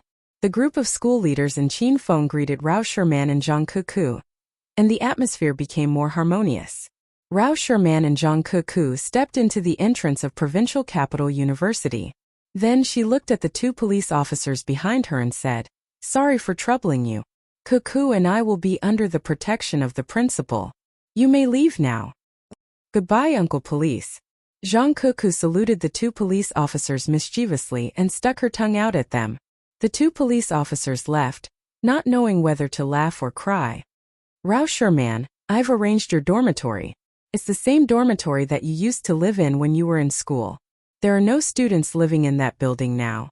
However, the delegation from the St. Medical Institute of the USA will be staying in that building. Do you mind? Wang Zhonghua thought Zhang Kuku's mouth was too sharp, so he asked for Rao Sherman's opinion and pretended not to see Zhang Kuku. You're too kind, Principal Wang. Kuku and I have no objections. Rao Sherman's mind was filled with memories when she returned to Provincial Capital University. She was very satisfied that she could stay in the dormitory that she used to live in when she was in school. Zhang Kuku clapped her hands and cheered. She mumbled a bunch of alien language, but no one understood what she was saying. She sounded like a little monk chanting scriptures. Rao Sherman asked, Principal Wang, Cuckoo and I have temporarily resigned from our managers due to some personal circumstances. We'll be holding a concert at the university, and we'll need 2 assistants to help us. Do you have any arrangements for us, Principal Wang? Rao Sherman and Zhang Cuckoo were betrayed by Big Sisley half a month ago, and were almost bullied by Lu Shu and Yang Can. After that incident, both of them fired Big Sisley and had yet to find a reliable manager. Therefore, Rao Sherman told Wang Zhonghua about this before she came to the university. Rao Sherman believed that with Principal Wang's ability, he would definitely make the necessary arrangements. However, Rao Sherman hadn't seen a single woman since she arrived at the university. She couldn't possibly ask those old men to be her and Zhang Cuckoo's personal assistants, right? Hee. Rao Sherman reminded me about this, so I've made the necessary arrangements. Oh, this is one of the assistants selected by the university. I forgot to introduce him to both of you. He's Professor Qiaofeng. Professor Qiaofeng defeated the St. Medical Institute's delegation single-handedly during the exchange meeting. He's definitely an honorary teacher of Provincial Capital University. Wang Zhonghua praised Qin Feng in a timely manner. This time Qin Feng was very satisfied. Rao Sherman and Zhang Cuckoo's jaws dropped at the same time. Zhang Cuckoo exclaimed, When did this teacher come? Why haven't I seen him before? Wang Zhonghua and the other leaders almost fell to the ground. Once again they experienced the power of Zhang Cuckoo's vicious tongue. It was simply invincible. However, although Zhang Cuckoo had a vicious tongue, what she said was the truth. The leaders also felt that Professor Qiaofeng's appearance was too ordinary. Even now, some of them still couldn't recall Professor Qiaofeng's appearance with their eyes closed. When Wang Zhonghua saw Qin Feng's face was as black as the bottom of a pot, he couldn't stand it anymore. He quickly stepped forward to mediate. Zhang Cuckoo, how could you not know Professor Qiaofeng? Just now, he even praised you for your great reputation. Zhang Cuckoo's eyes lit up. Whenever someone praised her, she would dance with joy. Oh, I remember now. So you were the one who praised me just now? Why do you look so ordinary? No. Let me take a few more glances at you. How can I forget your appearance so quickly? Zhang Cuckoo's incessant chatter made Qin Feng's mouth twitch. He didn't want to speak because he had nothing to say. Rao Sherman had been with Zhang Cuckoo for a long time, so she was used to this girl's crazy personality. Rao Sherman furrowed her brows and said, Principal Wang, why did you find a male assistant for Cuckoo and me? Isn't this a little inconvenient? Of course, Wang Zhonghua did not only look for Qin Feng, but also Professor Chang Xian. But why hasn't Chang Xian arrived yet? Of course not. I've also found a female teacher. She has a good personality and is well liked by the students. I believe she will take good care of both of you if she's your personal assistant, Wang Zhonghua explained. Then where is she? Why don't I see her? Rao Sherman asked. Before Wang Zhonghua could answer, a hoarse voice came from the crowd. She's here. Professor Chang Xian is here. The crowd looked toward the source of the voice and saw Chang Xian, who was dressed in a professional black silk suit, walking toward them. Principal Wang, I'm so sorry. I didn't have any classes this afternoon, so I went home. You suddenly told me that you're going to receive a superstar, so I rushed here immediately. Unfortunately, there was a traffic jam on the way, so I was delayed. Chang Xian was tall and sexy. Many old men in the administration group stole glances at her. Chang Xian explained why she was late.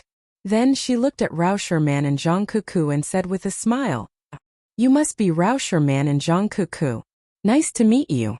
My name is Chang Xian, and I'm your receptionist. I'll take good care of both of you while you're in Provincial Capital University. In fact, I'm also your fan. Chang Xian loved to listen to the songs of the pretty girls group. Their songs allowed Chang Xian to regain the youthful dreams and carefree life she had when she was a student. Both Rao Sherman and Zhang Cuckoo liked Chang Xian very much. They took the initiative to shake hands with Chang Xian and greet her. Surprisingly, Zhang Cuckoo, the sharp-tongued woman, did not say anything bad about Chang Xian. Perhaps it was because Chang Xian was too perfect that Zhang Cuckoo did not have anything to say to her. After a round of greetings, Chang Xian finally noticed Qiao Feng. She did not expect Qiao Feng to be here as well, so she asked, Principal Wang, why is Teacher Qiao Feng here? Hehe. Teacher Chang Xian, I forgot to tell you that you have a partner, Teacher Qiao Feng. He will be working with you to take care of Rao Sherman and Zhang Kuku for the next few days. No way. Rao Sherman, Zhang Kuku, and Chang Xian rejected Wang Zhongguo's offer in unison. How could Rao Sherman allow a man to be her personal assistant? She was not used to it. Suddenly, Rao Sherman remembered that 4 months ago, when she went to the Imperial Palace to attend the opening ceremony of Cloud City Hua Manor Phase 2, the man who received her was also a man. However, Rao Sherman missed that man so much that she had not contacted him for a long time. Chang Xian did not have a good impression of Qiao Feng, so naturally, she would not allow Qiao Feng to be her partner. Moreover, Qiao Feng was a pervert. What if he fell for Rao Sherman and Zhang Kuku? As for Zhang Kuku, she did not know why she rejected Qiao Feng as her personal assistant.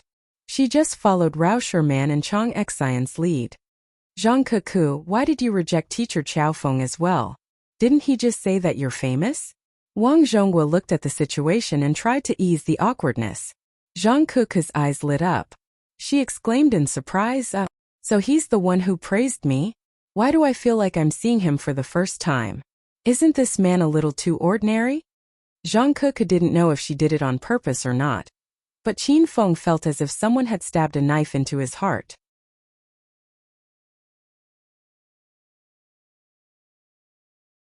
Chapter 624. Are you sure you don't need Teacher Qiao Feng to be your assistant? Wang Zhongguo asked. Books. The three girls shook their heads. Zhang Kuku had probably forgotten about Qiao Feng again. Wang Zhongguo sighed and said regretfully, sigh. I arranged for Teacher Qiao Feng to be your assistant because there are some tasks that are difficult for you girls, such as throwing out the trash, setting up the stage, evacuating the crowd, maintaining public order, catching thieves, and preventing gangsters from invading. If Teacher Qiao Feng was here, he would be able to take on these tasks. But since you don't need him, I won't force you. Principal Wang, we want Teacher Qiao Feng. The three girls changed their words at the same time. They realized that Qiao Feng was very important. When he heard the three beauties shouting, we want him, his heart was filled with excitement. It took Wang Zhongguo a long time to finally convince the three beauties to accept Qiao Feng. At this time, he even admired his eloquence. After everything was settled, Wang Zhongguo led a group of school leaders to escort Rao Sherman and the others to the dormitory. Oh right, Principal Wang, Kuku and I are planning to hold a 3-day concert at Provincial Capital University. Is the university's gymnasium empty? Rao Sherman asked as they walked. The gymnasium is empty. You and Kuku can hold your concert without worries, Wang Zhongguo said with a smile. I'm sorry for troubling you with my sudden concert. Thank you very much for your support, Principal Wang. Rao Sherman replied politely because Zhang Kuku wouldn't say anything if she didn't. Zhang Kuku's tongue was always sharp. Rao Sherman, you don't have to be so courteous with me. When you and Kuku found out that the St. Medical Institute's exchange group was coming to the university, you made time to hold a concert to cheer for the students of Provincial Capital University. As the principal of Provincial Capital University, I sincerely thank you for what you have done. Provincial Capital University nurtures tens of thousands of talents every year. These talents have achieved success in different fields and have become famous. However, no one has forgotten their alma mater, nor has they forgotten this sacred temple that has given them knowledge. From time to time, successful people like you will return to the school to express their gratitude and give lectures to their juniors, imparting knowledge and experience. We, the school leaders, are truly gratified by this. Wang Zhongguo expressed his feelings and said some touching words. Everyone listened and nodded. Qin Feng was absent-minded. He was thinking about how to get Rao Sherman and Zhang Kuku to cancel the concert. The two young masters he met at the coffee shop not long ago had already planted their men in the gymnasium. The group talked as they walked, and soon arrived at the dormitory. Wang Zhongguo bade farewell to Rao Sherman and the others and left with the leaders. Rao Sherman and Zhang Kuku had become familiar with Chang Xian as they chatted along the way. Both of them held Chang Xian's arm as they walked into the dormitory. Qin Feng shook his head and followed the three women into the dormitory. His gaze moved back and forth between the three women's perky buttocks. He didn't know who to look at. Hey, Angni. The three women stopped in front of a room on the third floor. Chang Xian stood in front of Rao Sherman and Zhang Kuku. She glared at Qin Feng and yelled, "Do you want to follow us into the room? Your room is next door." Qin Feng curled his lips. He was too focused on the three girls when they stopped at the door and almost bumped into Chang Xian's butt. Qin Feng raised his head and said with a straight face, "I didn't say I want to go to your room. Don't even think about it. I'm not a casual man." Chang Xian and Rao Sherman glanced at him disdainfully. They didn't expect this person to be so thick-skinned. How could he say something like that? Zhang Kuku stared at Qin Feng curiously and asked, "Sherman, big sister Chang Xian, who is this man?" The two girls covered their mouths and giggled. Qin Feng opened the door next door, slammed it, and entered the room. Don't insult people's looks like that. When Qin Feng returned to his room, he quickly calmed down. The reason why Wang Zhonghua arranged for him to be the assistant of the pretty girl duo was because Qin Feng had specifically requested Wang Zhonghua to do so. Qin Feng and Rao Sherman already had an ambiguous relationship. Not long ago, he found out at the coffee shop that someone wanted to kidnap Rao Sherman after the concert. How could Qin Feng sit back and do nothing? Naturally, he had to protect Rao Sherman. As for that sharp-tongued Zhang Kuku, Qin Feng couldn't wait for those two young masters to take her away and torture her. That girl was too much of a bully. Of course, other than protecting Rao Sherman, Qin Feng had another important purpose. This dormitory building was the temporary residence of the St. Medic Institute's exchange students and lecturers. If Qin Feng sneaked in with the identity of St. Medic Institute's personal assistant, he could secretly observe these people. Who knows, he might be able to find some clues. Qin Feng sorted out his plans and opened the Hedonist sovereign system. In the morning, Qin Feng obtained Qiao Shishir's trust and was rewarded with the Heavenly Blessing Cave Pavilion by the system. Qin Feng had asked Little Pig about the Heavenly Blessing Cave Pavilion, and it was a holy land for cultivation. Heavenly Blessing Cave Pavilion. In its initial state, the spiritual qi of heaven and earth inside is 30 times that of earth. 1 day of cultivation is equivalent to 30 days on earth. In its initial state, it consumes 1 hedonist point per second. Qin Feng looked at the introduction of the Heavenly Blessing Cave Pavilion. It was the same as what Little Pig had said. Since the beginning of history, the spiritual qi of heaven and earth on earth had become increasingly sparse. It was no longer suitable for cultivation, so martial artists had become a small minority. There were even fewer martial artists who could break through to a higher realm. Now that he had the Heavenly Blessing Cave Pavilion, Qin Feng didn't have to worry about the lack of spiritual qi on earth that hindered his cultivation. Instead, he started to worry about the problem of not having enough hedonist points. At the rate of 1 hedonist point per second, Qin Feng couldn't afford it. Master, congratulations on opening the Heavenly Blessing and Earthly Cave Pavilion. You have a chance to experience this well-preserved ancient cultivation cave for free for 5 minutes. Little Pig's lazy voice resounded in Qin Feng's mind.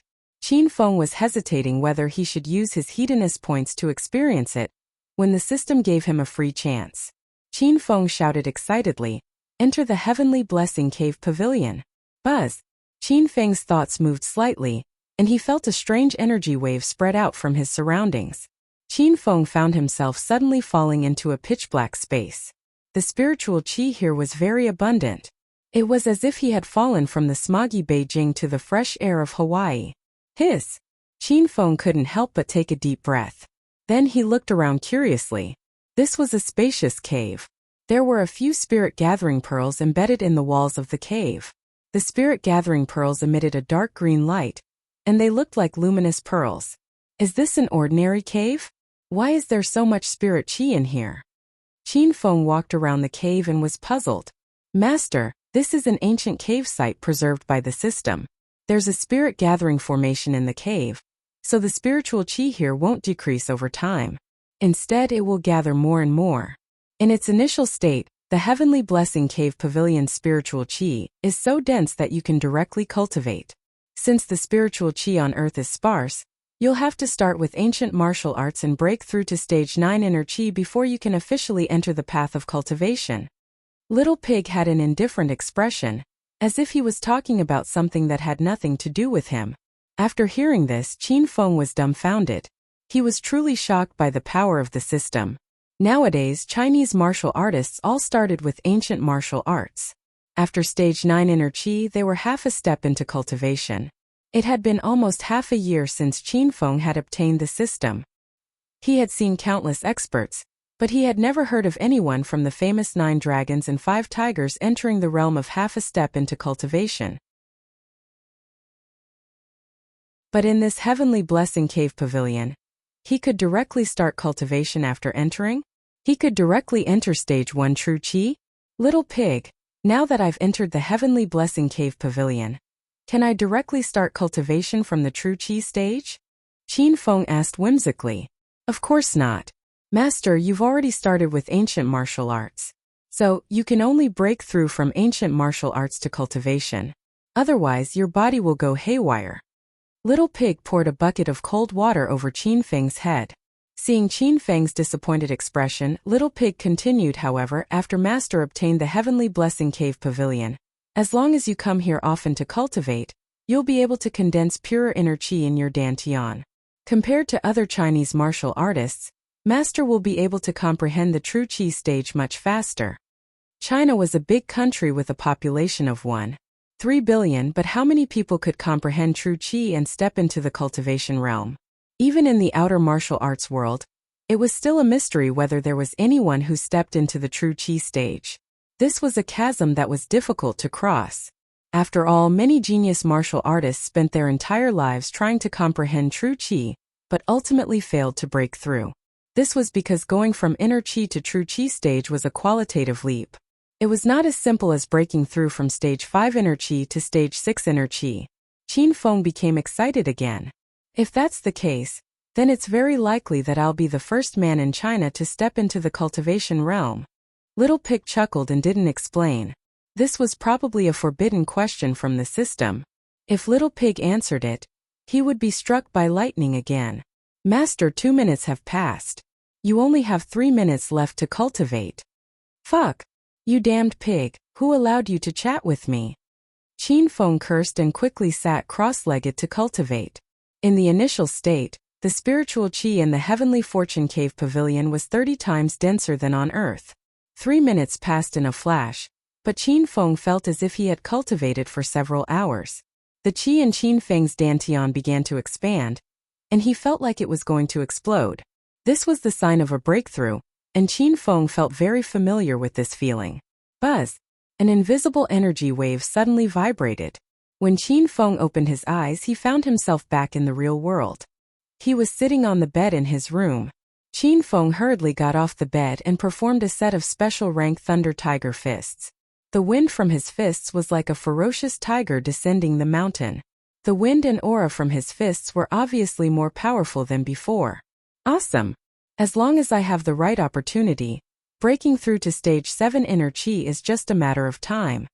Qin Feng felt very refreshed. After performing the special rank thunder tiger fists, Qin Feng was drenched in sweat. He took off his clothes and ran to the bathroom to take a shower. After taking a cold shower in the middle of winter, Qin Feng felt that he had become very cute. Dong! Dong! Dong! Someone knocked on the dormitory door. Qin Feng wrapped himself in a white towel and went to open the door. Oh, it's Teacher Chong Xian. Come in and sit down. Chong Xian was knocking on the door rhythmically, so she didn't even notice that the door was opened. She only came back to her senses when she knocked on Qin Feng's firm chest twice. Ah, you pervert. I'll beat you to death. Chong Xian's face turned red when she saw Qin Feng's naked upper body, and his lower body was wrapped in a white towel. She lifted her leg and kicked Qin Feng's crotch. P.S. It's not easy to maintain 3 chapters a day. Please use your monthly votes to support young Master Du. Please use your monthly votes.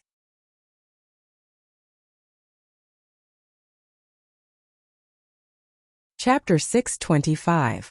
Qin Feng did not expect that Chong Xian would turn hostile so abruptly. Didn't I just invite you into my room? Is there a need for such a big reaction? Qin Feng did not have time to think. He extended his arm and hugged Chang Xian's long leg. Chang Xian had driven to this place in the afternoon.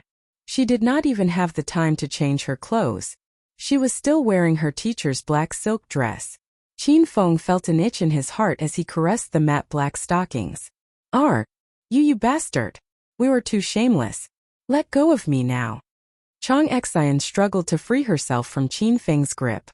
She widened her beautiful eyes and stared at Qin Feng's thighs as if she had seen an alien.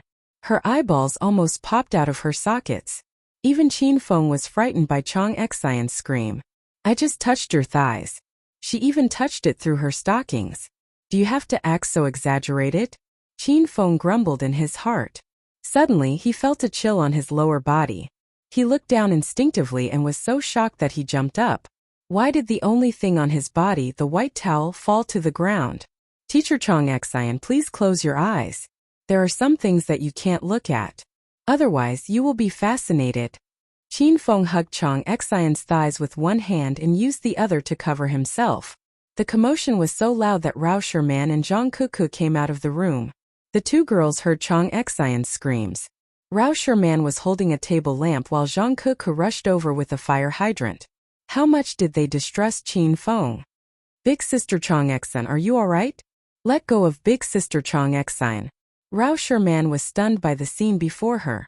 She knew Qiao Feng was a pervert, but she did not expect him to be this perverted. How dare he drag big sister Chang Xian into his room naked in broad daylight? Is there any law in this world? Zhang Kuku covered her mouth in surprise, but she didn't lose her temper. Instead, she stared at Qin Feng with her big black eyes, which made Qin Feng's hair stand on end. It's a misunderstanding, a misunderstanding. Qin Feng was gloomy. He felt as if he had fallen into the Yellow River. Let go of me first.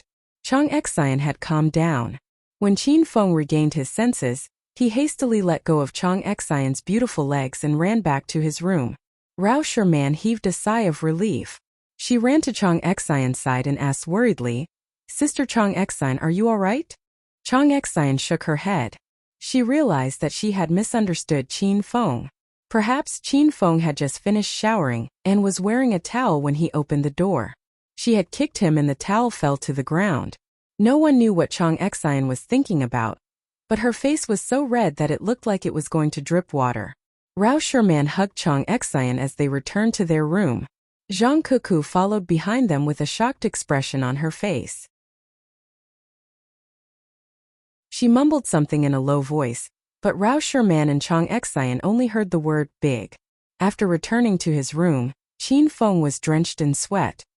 His body had been seen by 3 women, and he felt incredibly wronged. The main thing was that Qin Feng had never done anything with any of them. Qin Feng rushed into the bathroom and took a cold shower. His emotions finally calmed down. This time, after leaving the bathroom, Qin Feng put on his clothes and left. Professor Qiao Feng? As soon as Qin Feng stepped out of the bathroom, he heard someone calling his name. He turned around and saw Prince William.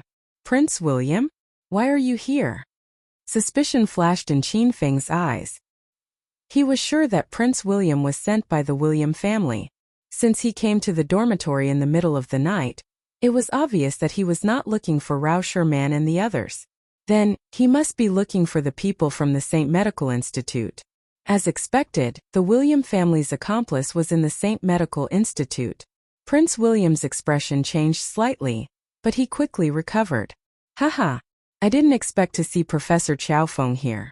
I'm here to chat with the people from the St. Medical Institute. Since they are from America, we have a lot to talk about. Why is Professor Qiao Feng here? Qin Feng laughed coldly in his heart. This Prince William's reaction was quite fast. The 2 celebrities from the Pretty Young Ladies group have already arrived. They live in this dormitory building. Principal Wang arranged for me to be the receptionist and for me to live here for a few days. Prince William knew that 2 celebrities had come to the university, so he did not think too much about it. Prince William was quite excited when he found out that Qin Feng would be staying in this dormitory building for a few days. This way, he would have time to look for Qin Feng and continue to tempt him to go back to America with him. I heard that the two celebrities from China are both young and beautiful. Professor Qiaofeng, you're so lucky. Professor Qiaofeng, I'll go and chat with the exchange students. Prince William bade farewell to Qin Feng and went straight to the third floor. Qin Feng paid special attention to Prince William. Prince William entered room 321. The person who opened the door was Black Peter. There were a total of 5 exchange students, but Avril obviously had a room to herself. Room 321 had 4 male exchange students. If Prince William went there, it meant that at least one of the 4 male exchange students was from the William family. This was another new discovery. Qiaofeng, come here. Just as Qin Feng finished observing Prince William, the door to Rao Sherman's room opened again. Chang Xian crossed her arms in front of her chest and stared at Qin Feng coldly. Ahem. Professor Chang Xian, what's the matter? Qin Feng felt awkward when he saw Chang Xian. The reason Chang Xian knocked on Qin Feng's door was to ask him to fix the light bulb. Rao Sherman and Zhang Qi's dormitory had been vacant for a long time.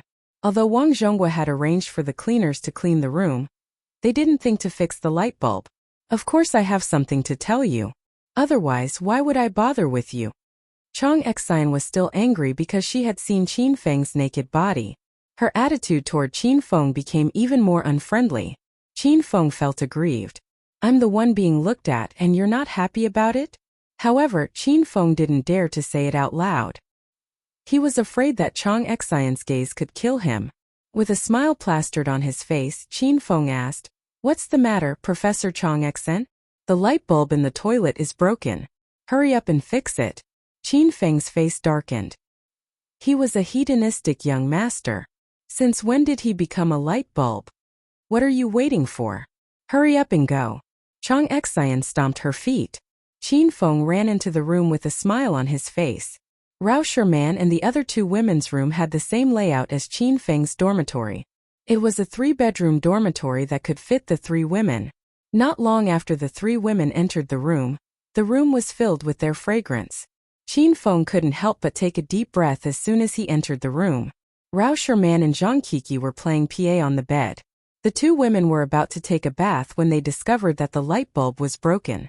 They had taken off their clothes and changed into pajamas. Rao Sherman hastily covered her body with the blanket when she saw Qin Feng. She stared at Qin Feng with vigilance. Zhang Cuckoo was engrossed in her game, so she couldn't be bothered with Qin Feng at all. Her long legs were kicking in the air, dazzling Qin Feng's eyes. Bebe, Qiaofeng is here. Sit properly. Rao Sherman rolled her eyes at Zhang Bebe speechlessly. Zhang Bebe ignored her and said, Don't disturb me. I'm fighting the boss. I've seen Teacher Qiaofeng's naked body, so it's not a bad thing for him to look at my beautiful legs. Chang Xian and Rao Sherman were speechless. They were utterly defeated by Zhang Qiqi. Qin Feng praised Zhang Qiqi in his heart. Look at how sensible this girl is. Reciprocity is a Chinese etiquette that has been passed down for 5,000 years. What are you looking at? I told you to fix light bulbs, not blisters. Chang Xian was so angry that she covered her mouth in fear when she yelled at Qin Feng. Qin Feng ran into the bathroom and saw a set of black underwear hanging on the bathtub rack. Judging from the size, it should be Zhang Qiqi's. Aya, Qiqi, hurry up and take your underwear away. Chang Xian called out to Zhang Qiqi as she stood at the bathroom door. Zhang Qiqi's nonchalant voice drifted over. Big sister Chang Xian, just hang it there. Help me keep an eye on Teacher Qiaofeng. Don't let him sniff it. Qin Feng stepped on the stool and was about to change the light bulb. He almost slipped and fell off the stool. The wiring in the bathroom was good, but the light bulb was old and could not be plugged in. Qin Feng changed the light bulb and the bathroom lit up. Teacher Chang Xian, is there anything else I can help you with? Qin Feng walked out of the bathroom and his gaze lingered on Zhang Qiqi's beautiful legs. Chang Xian clenched her teeth and pushed Qin Feng out of the bathroom. No, get out of here. Zhang Cuckoo seemed to have defeated the BSS, so she tossed the IPA aside. When she saw the bathroom light was turned on, she quickly ran into the bathroom. She stopped in front of the bathroom door and stared at Qin Feng blankly. Professor Chang Xian, since when did Provincial Capital University hire such a young electrician? We were all old men when we were in school. Otherwise, the girls would purposely break the light bulb and ask him to fix it. Qin Feng opened his mouth but said nothing in the end. He covered his chest and walked out of the bathroom. After leaving the dormitory, Qin Feng went to the university cafeteria for dinner. He even ordered takeout for Rauscher Man and the other two girls. After dinner, Qin Feng received a call from Yan Wu Shuang. "Qin Feng, aren't you coming back tonight?" asked Yan Wu Shuang. "I'll be staying at the university for the next few days. I've snuck into the St. Medical University's temporary dormitory. I'm going to investigate the other party's situation." Qin Feng gave a simple explanation and made it sound like everything was for the sake of the mission. He did not mention anything about being Rauscher Man and Zhang Qi's personal assistant. Yan Wu Shuang believed Qin Feng's words.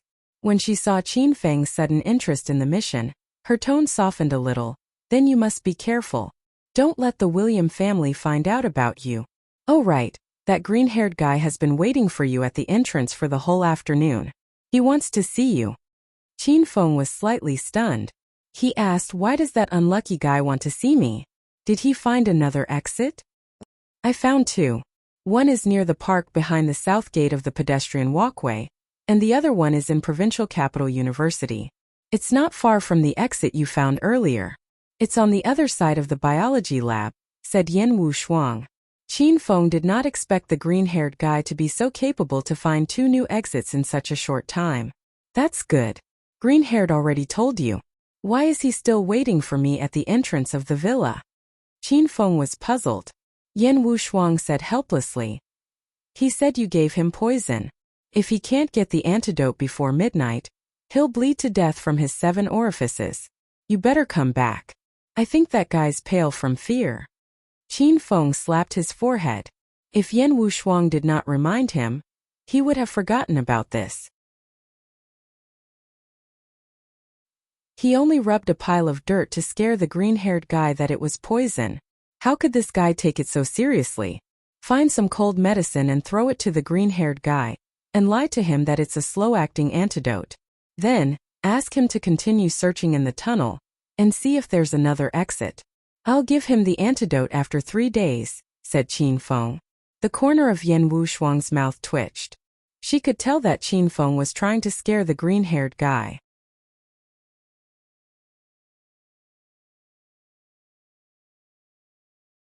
Chapter 626. After Qin Feng hung up Yan Wu Shuang's call, he prepared to return to the dormitory to protect Rauscher Man and the other two girls. He also wanted to observe Prince William's movements. However, before he could take 2 steps, he suddenly saw a fat shadow flash past him. "Gradesbooknet. Lu Jia, where are you going so late at night?" Lu Jia was stopped by Qin Feng, and he turned around to look at Qin Feng. After he recognized Qin Feng, the fat on Lu Jia's face squeezed together, and he ran over to Qin Feng with a smile on his face. "Hehe, isn't this Qiao Feng Lauscher? I haven't seen Qiao Feng Lauscher for a long time, and you have become even more handsome." As soon as Lu Jia arrived, he started to flatter Qin Feng. He was still thinking about the orange grade overlord slash that Qin Feng had mentioned. "Stop flattering me. Aren't you going home? Aren't you afraid that your father will beat you up?" Lu Jia was Qin Feng's second follower, so Qin Feng was quite concerned about Lu Jia. Teacher Qiao Feng, how did you know that the old man at home would beat me if I returned home late? I don't think I've told you anything about my family." Qin Feng almost let the cat out of the bag. He shrugged and said, "Didn't you say that your old man hung you upside down on a tree and whipped you for 3 days and 3 nights after you crashed your car? Your old man must be very strict with you." Lu Jia nodded dumbly. "That's right. Teacher Qiao Feng is really smart. I can't believe you guessed it. But even if I don't go back tonight, I won't be afraid. The 4 young masters of the capital are having a party at the Soaring Cloud Mansion tonight. All the disciples from the big and small families in the capital will be there. To put it bluntly, it's a party for those 4 young masters to show off. I didn't want to go at first, but my father beat me with a belt and forced me to go," Lu Jia said with a wronged expression. Why would he go to the 4 young masters of the capital to show off? If he went, he would just be a victim of his pretentious act. When Qin Feng was still a young master in the Acropolis city, He would often organize a pretentious assembly. Now it seemed that all the young masters in the world were the same. Are Lu Xu and Yang Qing going? Qin Feng asked. Lu Jie's expression greatly changed as he exclaimed, Teacher Qiao Feng, don't tease me. Lu Xu and Yang Qin are two of the 4 young masters. Of course they have to go to the show tonight. Qin Feng knew that the capital's 4 great families were the Lu family, the Yang family, the Dongfeng family, and the Sima family. He didn't know that Lu Xu and Yang Qin were 2 of the 4 young masters. Qin Feng was prepared to give them some trouble when he thought about how these 2 people had designs on Rao Sherman. Professor Qiao Feng. Every time the acting tough assembly is held, the capital's rich young masters and heiresses will gather there. Beautiful women are as common as the clouds, and it's comparable to a grand banquet. Professor Qiao Feng, would you like to join us? Lu Jie had been thinking about the overlord / so he tried to curry favor with Qin Feng again. Knowing that teacher Qiao Feng loved beauties, Lu Jie specifically tried to tempt Qin Feng in this area. Qin Feng didn't expect Lu Jie to discover his deeply hidden habits in less than a week. Qin Feng was a little embarrassed. Yes, of course, lead the way. A wretched smile appeared on Lu Jie's face, as if he had already guessed that teacher Qiao Feng would be there. Then he dragged Qin Feng toward the Soaring Cloud Mansion. The Soaring Cloud Mansion was a famous private club in the capital city. It was the best place for the young masters of the capital to gather. Qin Feng and Lu Jie hailed a taxi and arrived at the entrance of the Soaring Cloud Mansion. In front of Qin Feng's eyes was a magnificent 3-story building. It covered a large area, and it looked like a giant dragon lying on the ground. The exterior of the club was made of a new type of high-grade lightweight material.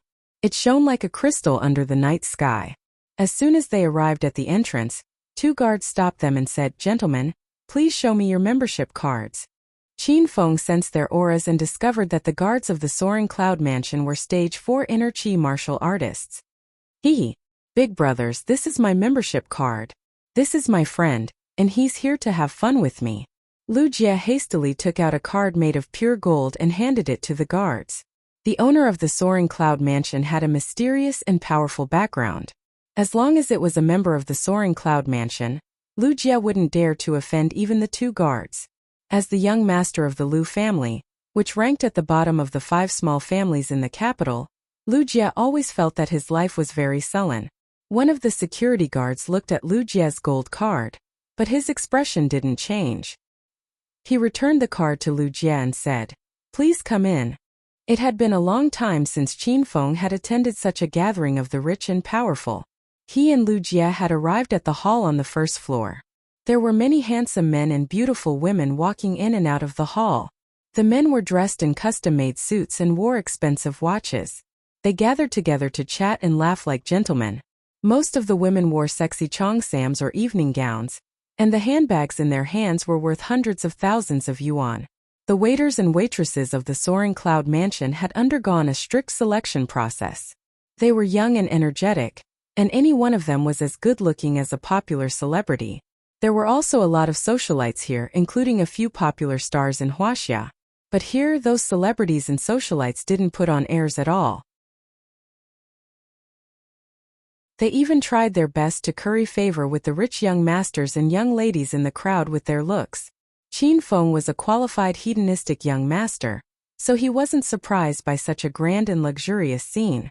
Lu Jie probably didn't like to participate in this kind of show-off event. He swayed his fat body and walked uncomfortably in the crowd. Yo, isn't this the young master of the Lu family, Lu Jie? Lu Jie's worst fears had come true. He was about to pull Qin Feng to a secluded corner to eat some delicious food and wait for the arrival of the 4 young masters of the capital. However, as soon as he entered the room, someone came up to him and greeted him. Hey young Master Lu, you've been eating well lately. You've put on weight again. You look like a pig now. Young Master Lu, how did you get here today? Did you come here by bicycle or taxi? By the way, your dad has a very precious broken Buick. Did you sneak it out again? Ha ha ha. There were 4 people in total. All of them were dressed in luxurious clothes and had an imposing appearance. However, it was obvious that the 4 of them were not Lu Jie's friends. The moment they spoke, their voices were filled with sarcasm and mockery towards Lu Jie without restraint. Lu Jie clenched his fists tightly. His eyes were bloodshot. Another handsome and tall figure walked toward them. It was Gao Tianyao from the Gao family. Brothers, I have to remind you that young Master Lu has been very patient lately. He even dared to oppose me in school. No matter how poor and useless the Lu family is, they are still an ancient martial arts family. Their disciples have been practicing martial arts since they were young. This damn fatty is a stage 4 inner chi expert. Don't provoke him too much or he might bite you. Gao Tianyao had always disliked Lu Jie, but he wasn't as strong as Lu Jie. Therefore, he could only tolerate Lu Jie in school. Now that he had the chance, Gao Tianyao went all out to ridicule Lu Jie. The other young masters put on a fearful expression. Some of them even took a step back. Oh, young Master Lu is so powerful? You're a stage 4 inner chi expert. Don't you dare hit me. I won't be responsible if my stage 6 inner chi bodyguard kills you with a slap. It's the age of technology. What's the use of practicing ancient martial arts? Ancient martial arts families have fallen behind the times. They're so poor that they can't even afford to eat. They have to go begging on the streets. Guys, don't say that. Let's give young Master Lu some face. If he jumps into the river after tonight's gathering, we won't be able to get away with it. Ha ha ha. Another round of unbridled laughter rang in the air. Lu Jie's face turned ashen. Veins popped on his forehead. However, the other young masters acted as if they didn't see it. They weren't afraid of Lu Jie at all. Lu Jie exhaled a mouthful of foul air and retracted his inner chi. Indeed, he didn't dare to attack them because he couldn't afford to offend any of them. Professor Qiaofeng, let's find a quiet place to sit down. I'm sorry for making a fool of myself in front of you. A hint of helplessness flashed in Lu Jie's eyes. He pulled Qin Feng aside. Gao Tianyao's eyes lit up. He quickly jumped out and blocked Lu Jie and Qin Feng's way. Qin Feng was standing behind Lu Jie, so Gao Tianyao didn't notice Qin Feng's presence. Yo, isn't this our school's famous teacher, Teacher Qiaofeng? Why are you here? Don't tell me you're here to freeload with Lu Jie? Gao Tianyao hated Lu Jie and Qiaofeng the most in school. He did not expect to bump into both of them today. Gao Tianyao was overjoyed. The rest of the big rare geniuses had something fun to do, so they all gathered around. These young masters were all accompanied by beautiful women. They were either young models, socialites, or superstars. There were even 2 young masters who had a beautiful woman on each side of them. Clearly, these 2 young masters were of higher social status. Looking at Lu Jie's side, there was no one. No, Lu Jie still had Qin Feng. Gao Tianyao, it's fine if you insult me, but I'm warning you, don't insult Teacher Qiaofeng. He has nothing to do with us to begin with. Lu Jie had been suppressing his anger for a long time, and he vented it all out. All the young masters were stunned. No one had expected Lu Jie to flip out. This was also the first time they had seen Lu Jie flip out. It turned out that this person could flip out? Gao Tianyao's face turned cold. If he could beat Lu Jie, he would have slapped him. Yo, what do you mean by yelling at me? Do you want to start a fight? Fine, I'll call my family right now, and I'll cut off your family's source of income in minutes. Lu Jie's family was an orthodox ancient martial arts family. All the members of the Lu family were dedicated to martial arts and were not good at business. Therefore, the Lu family had the worst financial resources among the big families in the provincial capital. They could not even compare to the assets of some wealthy individual CEOs. Because of this, all the young masters in the provincial capital looked down on Lu Jie, and no one would play with the Lu family. These rich young masters would spend money to pick up girls, race cars, and gamble. How could Lu Jie play with them? Lu Jie's momentum weakened. He was not afraid of Gao Tianyao, but it did not mean that his family was not afraid of the Gao family. As a disciple of the Gao family, Lu Jie not only represented himself, but also represented his family. That was why Lu Jie lived such a sullen life. Young Master Gao, I'm sorry. I was too emotional just now.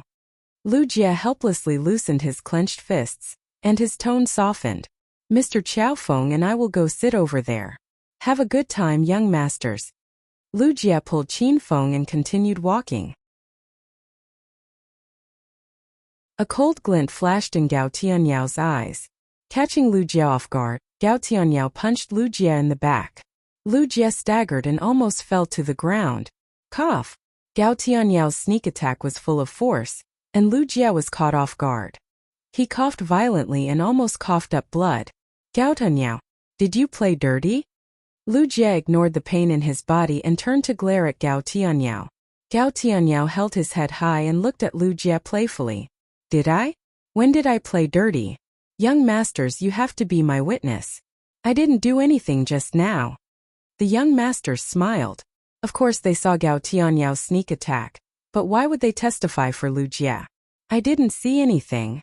Young Master Lu, I haven't seen you in a few days, and your acting skills have improved tremendously. Could it be that the Lu family's business is failing, and they want you to join the entertainment industry? You won't be able to join the entertainment industry with your body and looks. Luo Bin, the young master of the Luo family, teased the two beauties in his arms. The two beauties were the new favorites in the entertainment industry. They laughed and said, Young Master Luo, your friend is so funny. Even if he joins the entertainment industry, he can only play dead people. The other beauty added, he can even act in a zombie movie.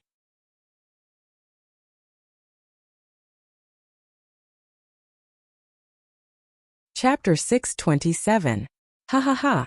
The hall on the first floor was filled with laughter. The young masters and daughters of wealthy families who did not know what was going on gathered around to join in the fun. When they saw Lu Jie's neck was flushed with anger, they understood what was going on. So, they were bullying the poor boy from the Lu family again. Everyone was used to it. They surrounded Lu Jie as if they were looking at a gorilla in a zoo. Lu Jie's breathing quickened and his eyes widened. He wished he could strangle Gao Tianyao to death. Gao Tianyao was not afraid at all.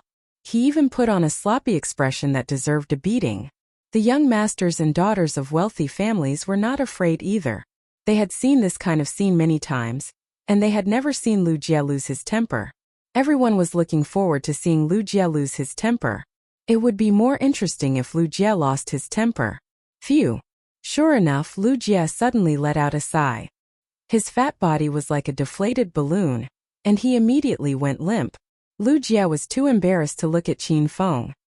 He lowered his head and walked to a corner. Fiske, that coward is still the same as always. Sight. I was still fantasizing about Lu Jie losing his temper. I was too naive. As soon as Lu Jie left, the hall was filled with sighs and discussions. The young masters and daughters of wealthy families saw that the show was over, so they dispersed and went back to chatting and flaunting their wealth. Gao Tianyao, don't go. A sudden shout came from behind them. Everyone stopped in their tracks and turned around in surprise.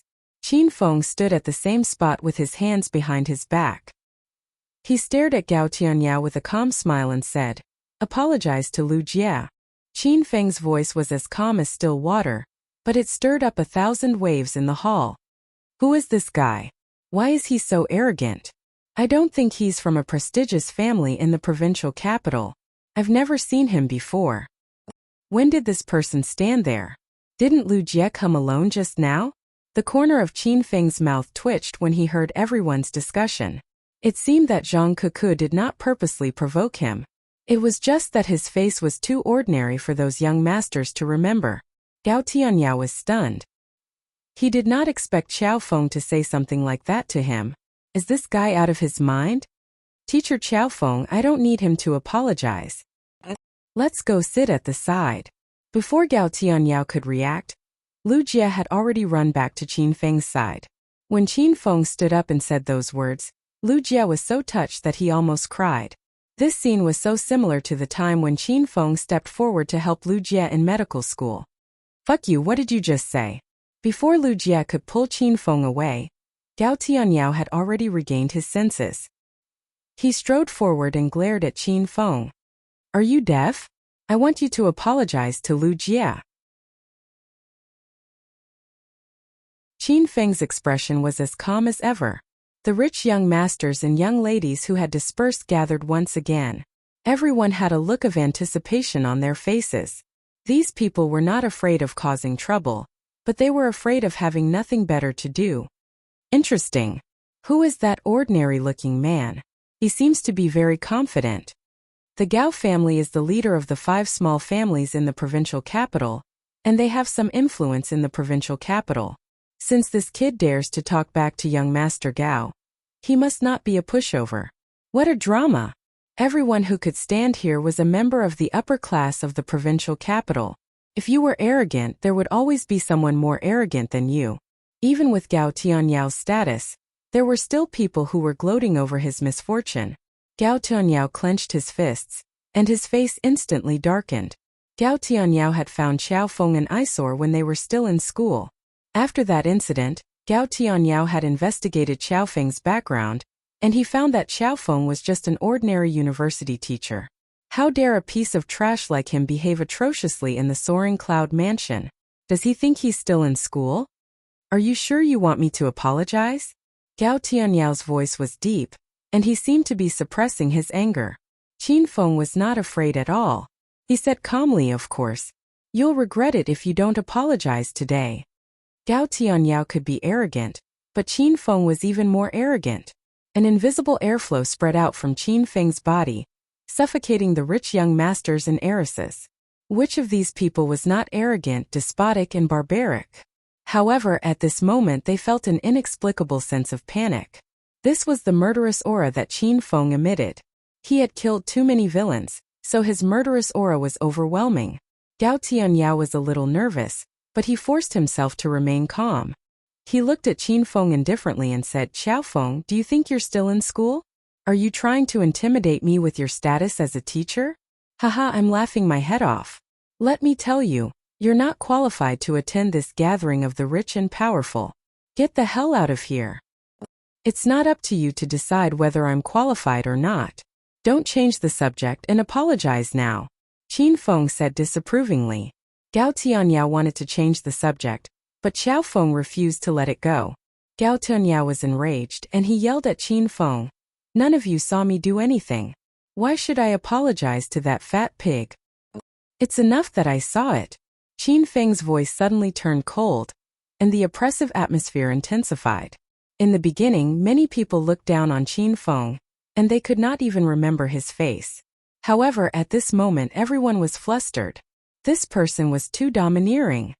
You're looking for trouble. I'll kill you. Gao Tianyao was driven into a corner. This was the first time he was threatened in front of so many upper-class people. Gao Tianyao bellowed and swung his fist at Qin Feng's face. Bang! A muffled sound rang in the air, and the crowd was dumbfounded. Qin Feng remained standing with his hands clasped behind his back. Gao Tianyao fell to the ground on his buttocks, clutching his stomach. Lu Jie's punch had knocked him out of breath, and he could not even scream in pain. The noisy hall quieted down, and everyone could hear the rapid heartbeats of the crowd. Lu Jie's anger was not appeased after he knocked Gao Tianyao to the ground. The anger that he had been suppressing for the whole night was unleashed. Since he had already attacked Gao Tianyao, he might as well fight to his heart's content. Lu Jie stomped his foot on Gao Tianyao's chest again. Thud! Gao Tianyao hastily circulated his inner qi, but he was still sent flying by Lu Jie's kick. Everyone covered their eyes as they could not bear to watch. Even if Lu Jie was a stage 4 inner qi martial artist, he would not feel good with his fat body, let alone the fact that Lu Jie was a stage 4 inner qi martial artist. Gao Tianyao's small body slid on the glossy black marble floor for quite a distance before he came to a stop. He picked himself up and pounced at Lu Jie. Ah! Lu Jie, you're courting death. The anger that Lu Jie had been suppressing for the whole night finally erupted. Gao Tianyao had been humiliated in public, and he was in a state of frenzy. Neither of them backed down, and they charged at each other's fists. Hiss! Everyone sucked in a breath of cold air. Lu Jie and Gao Tianyao were both stage 4 inner qi martial artists, and the aura that they released was terrifying. Some rich young masters wanted to stop them, but they were too weak to do so. Some of them were excited, and they could not wait for the two of them to fight. Bang! Bang! Their fists landed, but there was no earth-shattering momentum as expected, nor was there any great destructive power. The sound of their fists landing was very soft, as though they had struck a soft cotton sack. The sack absorbed all of their attacks as though nothing had happened. Lu Jie and Gao Tianyao's expressions changed drastically, and the onlookers were dumbfounded. Even Qin Feng, who had always been calm and composed, was shocked. Another person appeared between Lu Jie and Gao Tianyao. Other than Qin Feng, no one knew when he had appeared. The man was tall and straight, and his profile was handsome and resolute. He extended his arms and held a fist in each of his hands, immobilizing Lu Jie and Gao Tianyao. Wow! He's so handsome. Young Master Qin is so handsome. I've long heard that young Master Qin Xiao of the Qin family has the highest realm among the younger generation. It seems like it's true. He took down Lu Jie and Gao Tianyao so easily. How powerful is he? He must be at least a stage 6 inner Qi martial artist, right? After a brief moment of shock, the onlookers began to discuss among themselves. The man standing between Lu Jie and Gao Tianyao was Qin Xiao, the second younger brother of Qin Feng. Young Master Qin. I didn't know young Master Qin was here. Please forgive me for my rudeness. Lu Jie and Gao Tianyao regained their composure, but the shock in their eyes had yet to recede. Only after fighting Qin Xiao for real did they realize how powerful he was. Even now they still had no idea how powerful Qin Xiao was. Qin Xiao enjoyed being the center of attention. With a faint smile on his face, he nodded at Lu Jie and Gao Tianyao and said, "This is the Soaring Cloud Mansion, and tonight is a good day. You should stop here. Don't make everyone unhappy." Qin Xiao's voice was flat, and there was even a hint of gentleness and kindness in it. However, neither Lu Jie nor Gao Tianyao dared to disobey him, so they retreated to the side. The Qin family was not one of the 4 major families in the provincial capital. Among the 5 minor families, the Qin family was ranked 3rd. However, the Qin family was very mysterious and had a solid foundation. If it weren't for the crisis that happened 20 years ago, the Qin family would still be the leader of the 4 major families in the provincial capital. Therefore, no one dared to look down on the Qin clan. Not to mention the fact that the disciples of the various clans were afraid of the Qin clan. Even Lu Shu Yang Can, and the other 2 young masters had to give Qin Xiao face and even sit on equal footing with him. Since everything is over, let's continue with our business. Qin Xiao turned around and walked away before the onlookers could regain their senses. Just like how he came, he disappeared without a trace. Lu Jie's heartbeat had yet to slow down. When he punched Qin Xiao's palm, he felt a strong sense of death. Lu Jie was sure that if Qin Xiao wanted to kill him, he could do so with a single slap. "Teacher Qiao Feng, are you all right?" Lu Jie quickly walked to Qin Feng's side and waved his hand in front of Qin Feng's eyes when he saw the strange expression on Qin Feng's face. Qin Feng's body trembled slightly as he regained his senses. He hadn't seen Qin Xiao for a long time. Just now, Qin Feng deliberately tried to sense Qin Zhao's strength, but he couldn't see through Qin Zhao's strength.